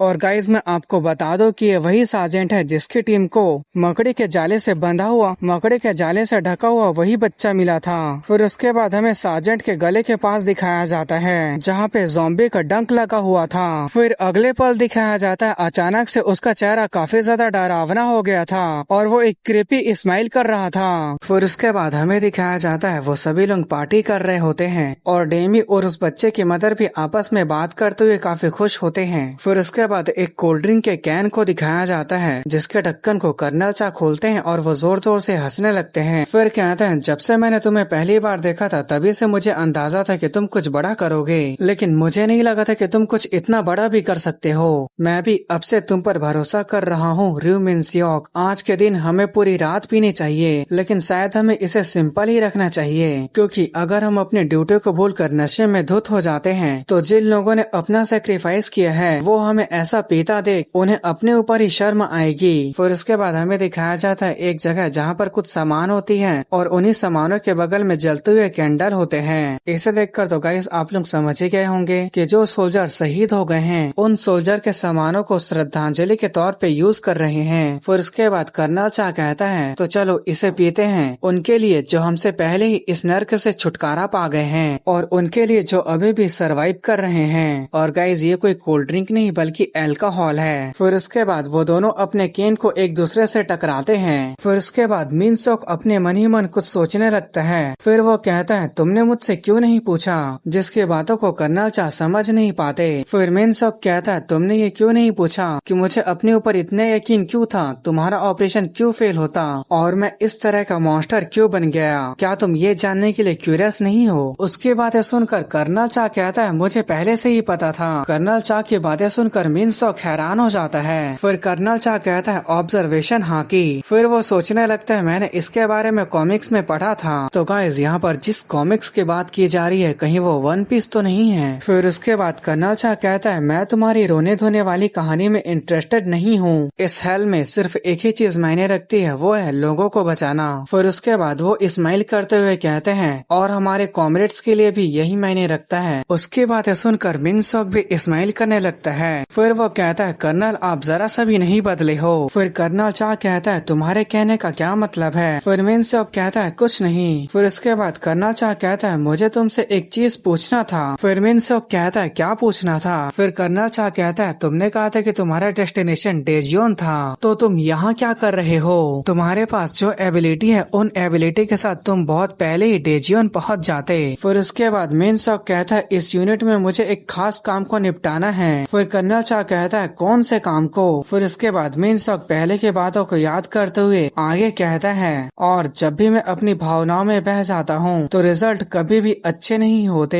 उसकी बातें सुनकर कर्नल चा कहते हैं क्या तुम अपनी बेटी के बारे में बात कर रहे हो। फिर मिनसॉक कहता है तुम्हें कैसे पता चला। फिर कर्नल चा कहता है मैं देखकर बता सकता हूँ। इस दुनिया में सबसे करीबी लेकिन सबसे मुश्किल कंट्रोल करना वो तुम्हारा बच्चा है। फिर मिनसॉक इधर उधर देखने के बाद कहता है वैसे कैप्टन चाहेरी यहाँ पर दिखाई नहीं दे रही है। उसकी बातें सुनने के बाद कर्नल चा गुस्सा हो जाते हैं और बियर को बहुत ही तेजी से पीने लगते हैं। फिर वो और बियर मांगने लगते हैं। फिर उसके बाद वहाँ डेमी आते हुए मिनसॉक को फादर कह के बुलाने लगती है। फिर वो कहती है मैं आज काफी थक गई हूँ इसलिए मैं पहले जा रही हूँ। फिर उसके बाद मिनसॉक अपने जगह से उठते हुए कहता है मैं थोड़ी देर में वापस आता हूँ। फिर उसके बाद डेमी कहती है भूल जाओ मैं कोई बच्ची नहीं हूँ। फिर मिनसॉक कहता है रास्ते में बहुत अंधेरा है इसलिए चलो साथ चलते हैं। फिर उसके बाद वो लोग वहाँ से जाने लगते हैं और उन लोगों को जाता देख कर्नल चा देख रहा होता है और वो सोच रहा होता है क्या तुम भी ऐसा चेहरा बना सकते हो, तुम डेफिनेटली एक फादर हो। फिर उसके बाद वो स्माइल करते हुए सोचने लगता है डेजियोन मुझे माफ कर देना, मैं रियो मिनसॉक को इतने आसानी से यहाँ से जाने नहीं दे सकता। रियो मिनसॉक तुम्हारा शुक्रिया, हम तुम्हारी वजह से कई सारे लोगों की जान बचा पाए। मेरे प्लान की जगह तुम्हारा प्लान सही था, तुम ही हो जो सही तरह से लीड कर सकता है इसलिए मैं तुम्हें जाने नहीं दे सकता। फिर तभी एक सोल्जर आता है जिसे देखकर कर्नल चा कहता है क्या तुमने बियर लेकर आया। फिर तभी कर्नल चा उस सोल्जर को देखकर काफी ज्यादा हैरान हो जाते हैं क्योंकि उसका तबीयत काफी खराब था और वो अपनी लड़खड़ाते हुए आवाज में कैप्टन कैप्टन बोल रहा था और बोल रहा था यहाँ एक प्रॉब्लम है। फिर उसके बाद मिनसॉक और उसकी बेटी का सीन दिखाया जाता है जो लोग जा रहे थे। फिर उसके बाद मिनसॉक डेमी को देखकर कर्नल चा की पहले की बातों को याद करने लगता है जहाँ कर्नल चा कह रहा होता है जो दुनिया में तुम्हारे सबसे करीब होता है उसे कंट्रोल करना भी मुश्किल होता है और वो तुम्हारा बच्चा होता है। फिर उसके बाद मिनसॉक कहता है डेमी, जिसकी बात सुनकर डेमी अपने फादर की तरफ देखने लगती है। फिर मिनसॉक कहता है मैं तुमसे एक चीज पूछना चाहता हूँ। फिर वो डेमी से कहता है क्या तुम्हें अपने फादर से डर नहीं लगता। फिर वो सोचने लगता है भले ही अब मैं पूरी तरह से अलग दिखता हूँ फिर भी डेमी ने बिना हेजिटेशन के मुझे अपना फादर एक्सेप्ट कर लिया। फिर उसके बाद मिनसॉक कहता है डेमी मुझे बताओ क्या तुम अपने फादर से डरती हो। फिर उसके बाद डेमी कहती है सच कहूँ तो मैं हर दिन डरती हूँ कि तुम मुझे किसी भी दिन मार डालोगे, लेकिन तुम्हें पता है ऐसा दिखावा करना कि सब कुछ ठीक है, ऐसा दिखावा करना काफी ज्यादा मुश्किल है। फिर उसके बाद वो रोते हुए कहती है तो प्लीज मुझे बताओ। फिर वो अगले ही पल काफी ज्यादा गुस्सा हो जाती है और कहती है मुझे बताओ मेरे असली फादर कहाँ हैं, तुम मॉन्स्टर कहीं के। फिर तभी उसके कंधे पर कोई हाथ रखता है और ये हाथ रखने वाला कोई और नहीं बल्कि डेमी होती है और जो इतना समय से मिनसॉक जो सोच रहा था वो ये सब सिर्फ अपने मन में इमेजिन कर रहा था। फिर डेमी कहती है फादर आपको क्या हुआ, आप क्या सोच रहे हो। फिर उसके बाद मिनसॉक थोड़ा परेशान होते हुए कहता है नहीं ऐसा कुछ नहीं है। फिर उसके बाद डेमी खांसने लगती है। फिर वो कहती है कितना बोरिंग है। फिर मिनसॉक कहता है तुम्हारा खांसी बहुत ज्यादा है, क्या तुम ठीक हो। फिर डेमी कहती है मुझे नहीं पता ये रुक नहीं रहा है। फिर मिनसॉक कहता है इसलिए मैंने तुम्हें कुछ पहनने के लिए कहा था, तुम अंदर ही रहो मैं मेडिसिन लेने जा रहा हूँ। पर तभी मिनसॉक सामने की तरफ देख के काफी ज्यादा हैरान हो जाता है। फिर वो कहता है रियो डेमी, जिसके बाद सुनकर डेमी अपने फादर की तरफ देखने लगती है। फिर दिखाया जाता है मिनसॉक जंप करके बिल्कुल डेमी के ऊपर आ गया था और वो डेमी की तरफ अपने हाथ को आगे बढ़ाने लगा था, जिसे देखकर डेमी काफी ज्यादा घबरा जाती है और वो चिल्लाने लगती है। लेकिन मिनसॉक अपने हाथ को ऊपर करके किसी चीज को पकड़ा था, जिसे अचानक से ऐसा करता देख डेमी घबराते हुए कहती है फादर आपको क्या हो गया था, आप क्या कर रहे थे। फिर उसके बाद मिनसॉक जब अपना हाथ खोलता है तो वहाँ एक काफी अजीबोगरीब मच्छर था, जिसे देखकर मिनसॉक सोचने लगता है क्या ये मच्छर। फिर उसके बाद तभी वहाँ अनाउंस किया जाता है कोड ब्लैक एक्टिवेट किया जा रहा है, तुरंत सभी लोग इवैक्यूएट एक्टिवेट हो। फिर उसके बाद हमें वही सोल्जर दिखाया जाता है जिसका तबीयत काफी खराब था। वो सोल्जर अजीब तरह से चिल्लाने लगता है। फिर कर्नल चा सामने की तरफ देख के काफी हैरान हो जाता है क्योंकि वो सोल्जर चीखना चिल्लाना बंद कर दिया था और वो अपने सिर को नीचे झुकाया होता है। पर जब वो अपने सिर को ऊपर करता है तो उसका चेहरा काफी ज्यादा क्रीपी लग रहा था। फिर उसके बाद पहले का सीन दिखाया जाता है जहाँ कर्नल चा कहता है ईटर, यही नाम मैंने रखा था। तुम जानते हो जब मैंने ईटर पहली बार देखा था तो वो मुझे बहुत ज्यादा भद्दा लग रहा था, पर जब मैंने इस बार स्पाइडर टाइप के ज़ॉम्बी को देखा है तो इसके मुकाबले वो ईटर काफी ज्यादा हैंडसम था। फिर मिनसॉक कहता है मॉन्स्टर इवॉल्व हो रहे हैं, जिसकी बातें सुनकर कर्नल चा हैरान हो जाते हैं। फिर मिनसॉक कहता है वो चालाक और स्ट्रॉन्ग भी हो रहे हैं। फिर वो बियर पीने लगता है। उसके बाद वो कहता है ये हमारे लिए जो खतरा पैदा करते हैं वो कभी भी खत्म नहीं होगा।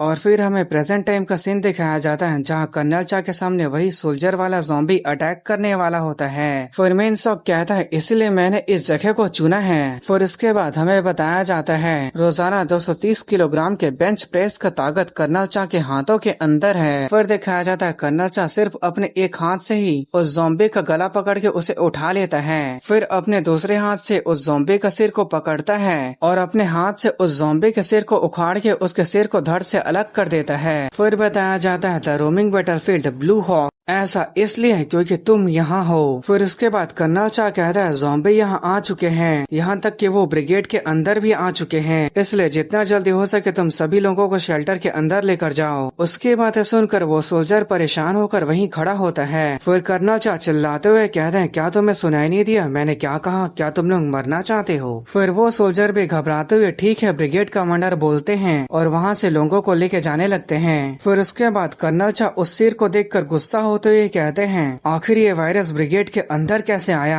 फिर तभी वो सामने की तरफ देख के काफी हैरान हो जाते हैं क्योंकि वो उस ज़ॉम्बी के गले पर वही डंक को देखकर सोचने लगते हैं ये क्या है, क्या ये स्कार। फिर तभी वहाँ बगल से चिल्लाने की आवाज आती है। फिर कर्नल चा जब बगल की तरफ मुड़ के देखते हैं वहाँ कई सारे ज़ॉम्बी सोल्जर नॉर्मल सोल्जर के पीछे पड़े हुए थे। फिर तभी एक ज़ॉम्बी के चेहरे पे कर्नल चा अपने पैर से एक जबरदस्त किक मारते हैं। उस किक के वजह से वो ज़ॉम्बी पीछे की तरफ फेंका जाता है। फिर कर्नल चा एक डंडे को पकड़ते हैं और उस डंडे को जोर से उस ज़ॉम्बी के चेहरे पे मारते हैं जिससे वो ज़ॉम्बी जोर जोर से चीखने लगता है। फिर कर्नल चा कहता है तुम लोग जल्दी से जाके मेरा गियर लेकर आओ और इसके बारे में रियो मिनसॉक को बता देना और उसे यहाँ जल्दी आने के लिए बोलना। फिर वो चिल्लाते हुए कहता है अब जल्दी से यहाँ से जाओ। फिर वो सोल्जर भी ठीक है कमांडर बोल के वहाँ से जाने लगते हैं। फिर कर्नल चा अपने डंडे को कसकर पकड़ते हुए कहते हैं आखिर तुम जैसे चीज की हिम्मत कैसे हुई मेरी टेरिटरी में आने की, क्या तुम लोग नहीं जानते कि मैं कौन हूँ। फिर वो आ रहे ज़ॉम्बी के ऊपर अपने डंडे से जोरदार मारते हैं जिसके वजह से उस ज़ॉम्बी का सिर घूम जाता है। फिर कर्नल चा कहता है ये मेरा जुरिसडिक्शन है। फिर उसके बाद वो एक ज़ॉम्बी को अपने मुक्के से मारते हुए कहते हैं ये एक वो डोमेन है जिसे चापुंग हो ने बनाया है। गाइस मैं बता दूं कर्नल चा का ही नाम चापुंग हो है।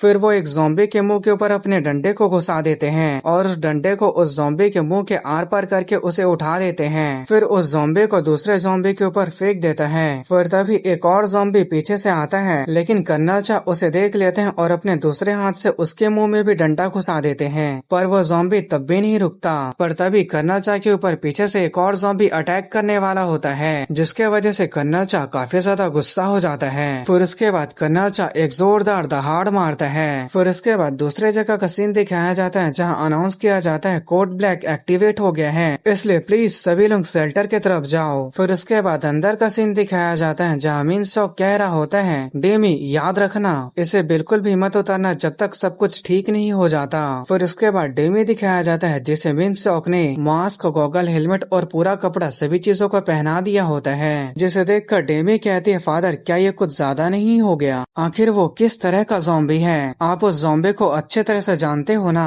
फिर मिनसॉक कहता है वो मॉस्की है, एक छोटा मॉस्किटो टाइप ज़ॉम्बी, अगर वो तुम्हें काट लेता है तो तुम ज़ॉम्बी में बदल जाओगी। फिर अगले ही पल वो काफी ज्यादा गुस्सा हो जाता है और सोचने लगता है इस तरह के वेरिएंट को मैंने सिर्फ एक बार देखा है वो भी अपने पास्ट लाइफ में। फिर वो काफी ज्यादा गुस्सा होते हुए सोचने लगता है पर अब क्यों, उन्हें यहाँ नहीं होना चाहिए था। फिर वो अपने आप को संभालते हुए अपने आप से ही कहता है री मिनसॉक अब बहाना बनाने से कुछ नहीं होगा, अगर डेमी मर जाती है तो सभी चीजें खत्म हो जाएगी, मॉस्की हमेशा झुंड में रहते हैं, इसका मतलब वो अभी पैदा हो रहे हैं, तो उसका मेन बॉडी यहीं कहीं आसपास हो सकता है। फिर इसके बाद दूसरे जगह का सीन दिखाया जाता है जहाँ कैप्टन हैरी कहती है क्या मॉस्किटो।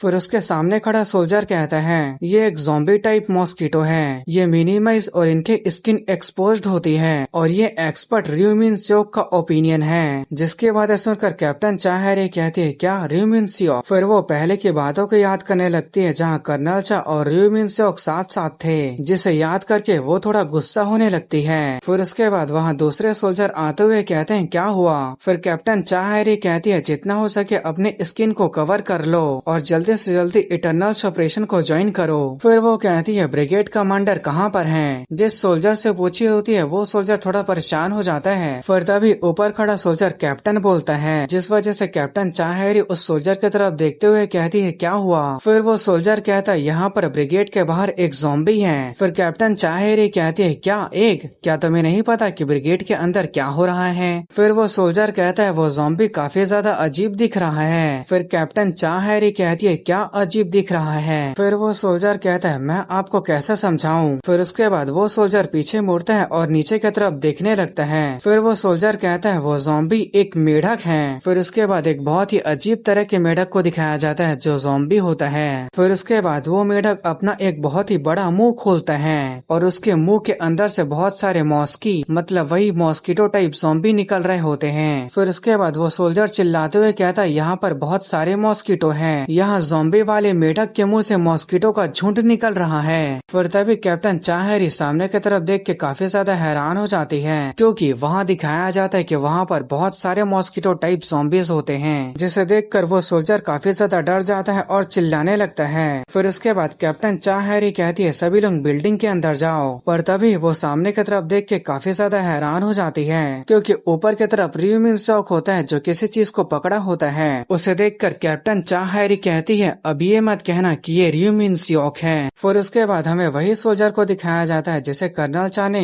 मिन सियोक को बुलाने का काम दिया था और वो सोल्जर रियो मिन सियोक बोल के चिल्ला रहा होता है। फिर मिन सियोक कहता है मैं इसे मना करता हूँ, मैं एक सिविलियन हूँ, तुम सोल्जर हो, तुम्हारे लोग हैं तो तुम उनकी मदद लो। फिर वो गुस्से से कहता है मैं इसे दोबारा नहीं कहूँगा, मैं यहीं पे रहूंगा। फिर उसके बाद डेमी अपना हेलमेट को मिन सियोक को पहना देती है। फिर डेमी कहती है मेरी चिंता मत करो, मैं इतनी कमजोरों के शेर को नहीं काट सकती तो मॉस्किटो तो दूर की बात है। फिर मिन सियोक डेमी बोल के जोर से चिल्लाने लगता है। फिर डेमी कहती है मैं चाहती हूँ कि सभी लोग जिंदा रहें लेकिन मैं कुछ भी नहीं कर सकती। फिर उसके बाद डेमी अपने कांपते हुए हाथ को मिन सियोक की तरफ आगे बढ़ाने लगती है और रोते हुए कहती है लेकिन फादर आप ऐसा कर सकते हैं। फिर उसके बाद प्रेजेंट टाइम का सीन दिखाया जाता है जहाँ मिन सियोक अपने पैर को जमीन पर पटकता है। फिर वो किसी चीज को जमीन पर पटकता है। फिर दिखाया जाता है ये चीज कुछ और नहीं बल्कि एलपीजी का सिलेंडर होता है और ये सिलेंडर पाइप के जरिए कैनन से जुड़ा होता है। फिर वो पहले की बातों को याद करने लगता है जहाँ डेमी कह रही होती है मैं आपसे रिक्वेस्ट करती हूँ प्लीज सिर्फ मुझे नहीं बल्कि यहाँ के सभी लोगों को बचाइए। और यही सब सोचने के बाद मिन सियोक अपने कैनन को चालू कर देता है और उसकी कैनन से काफी ज्यादा आग निकलती है जो आग सामने की तरफ के सभी इलाके को जला देती है।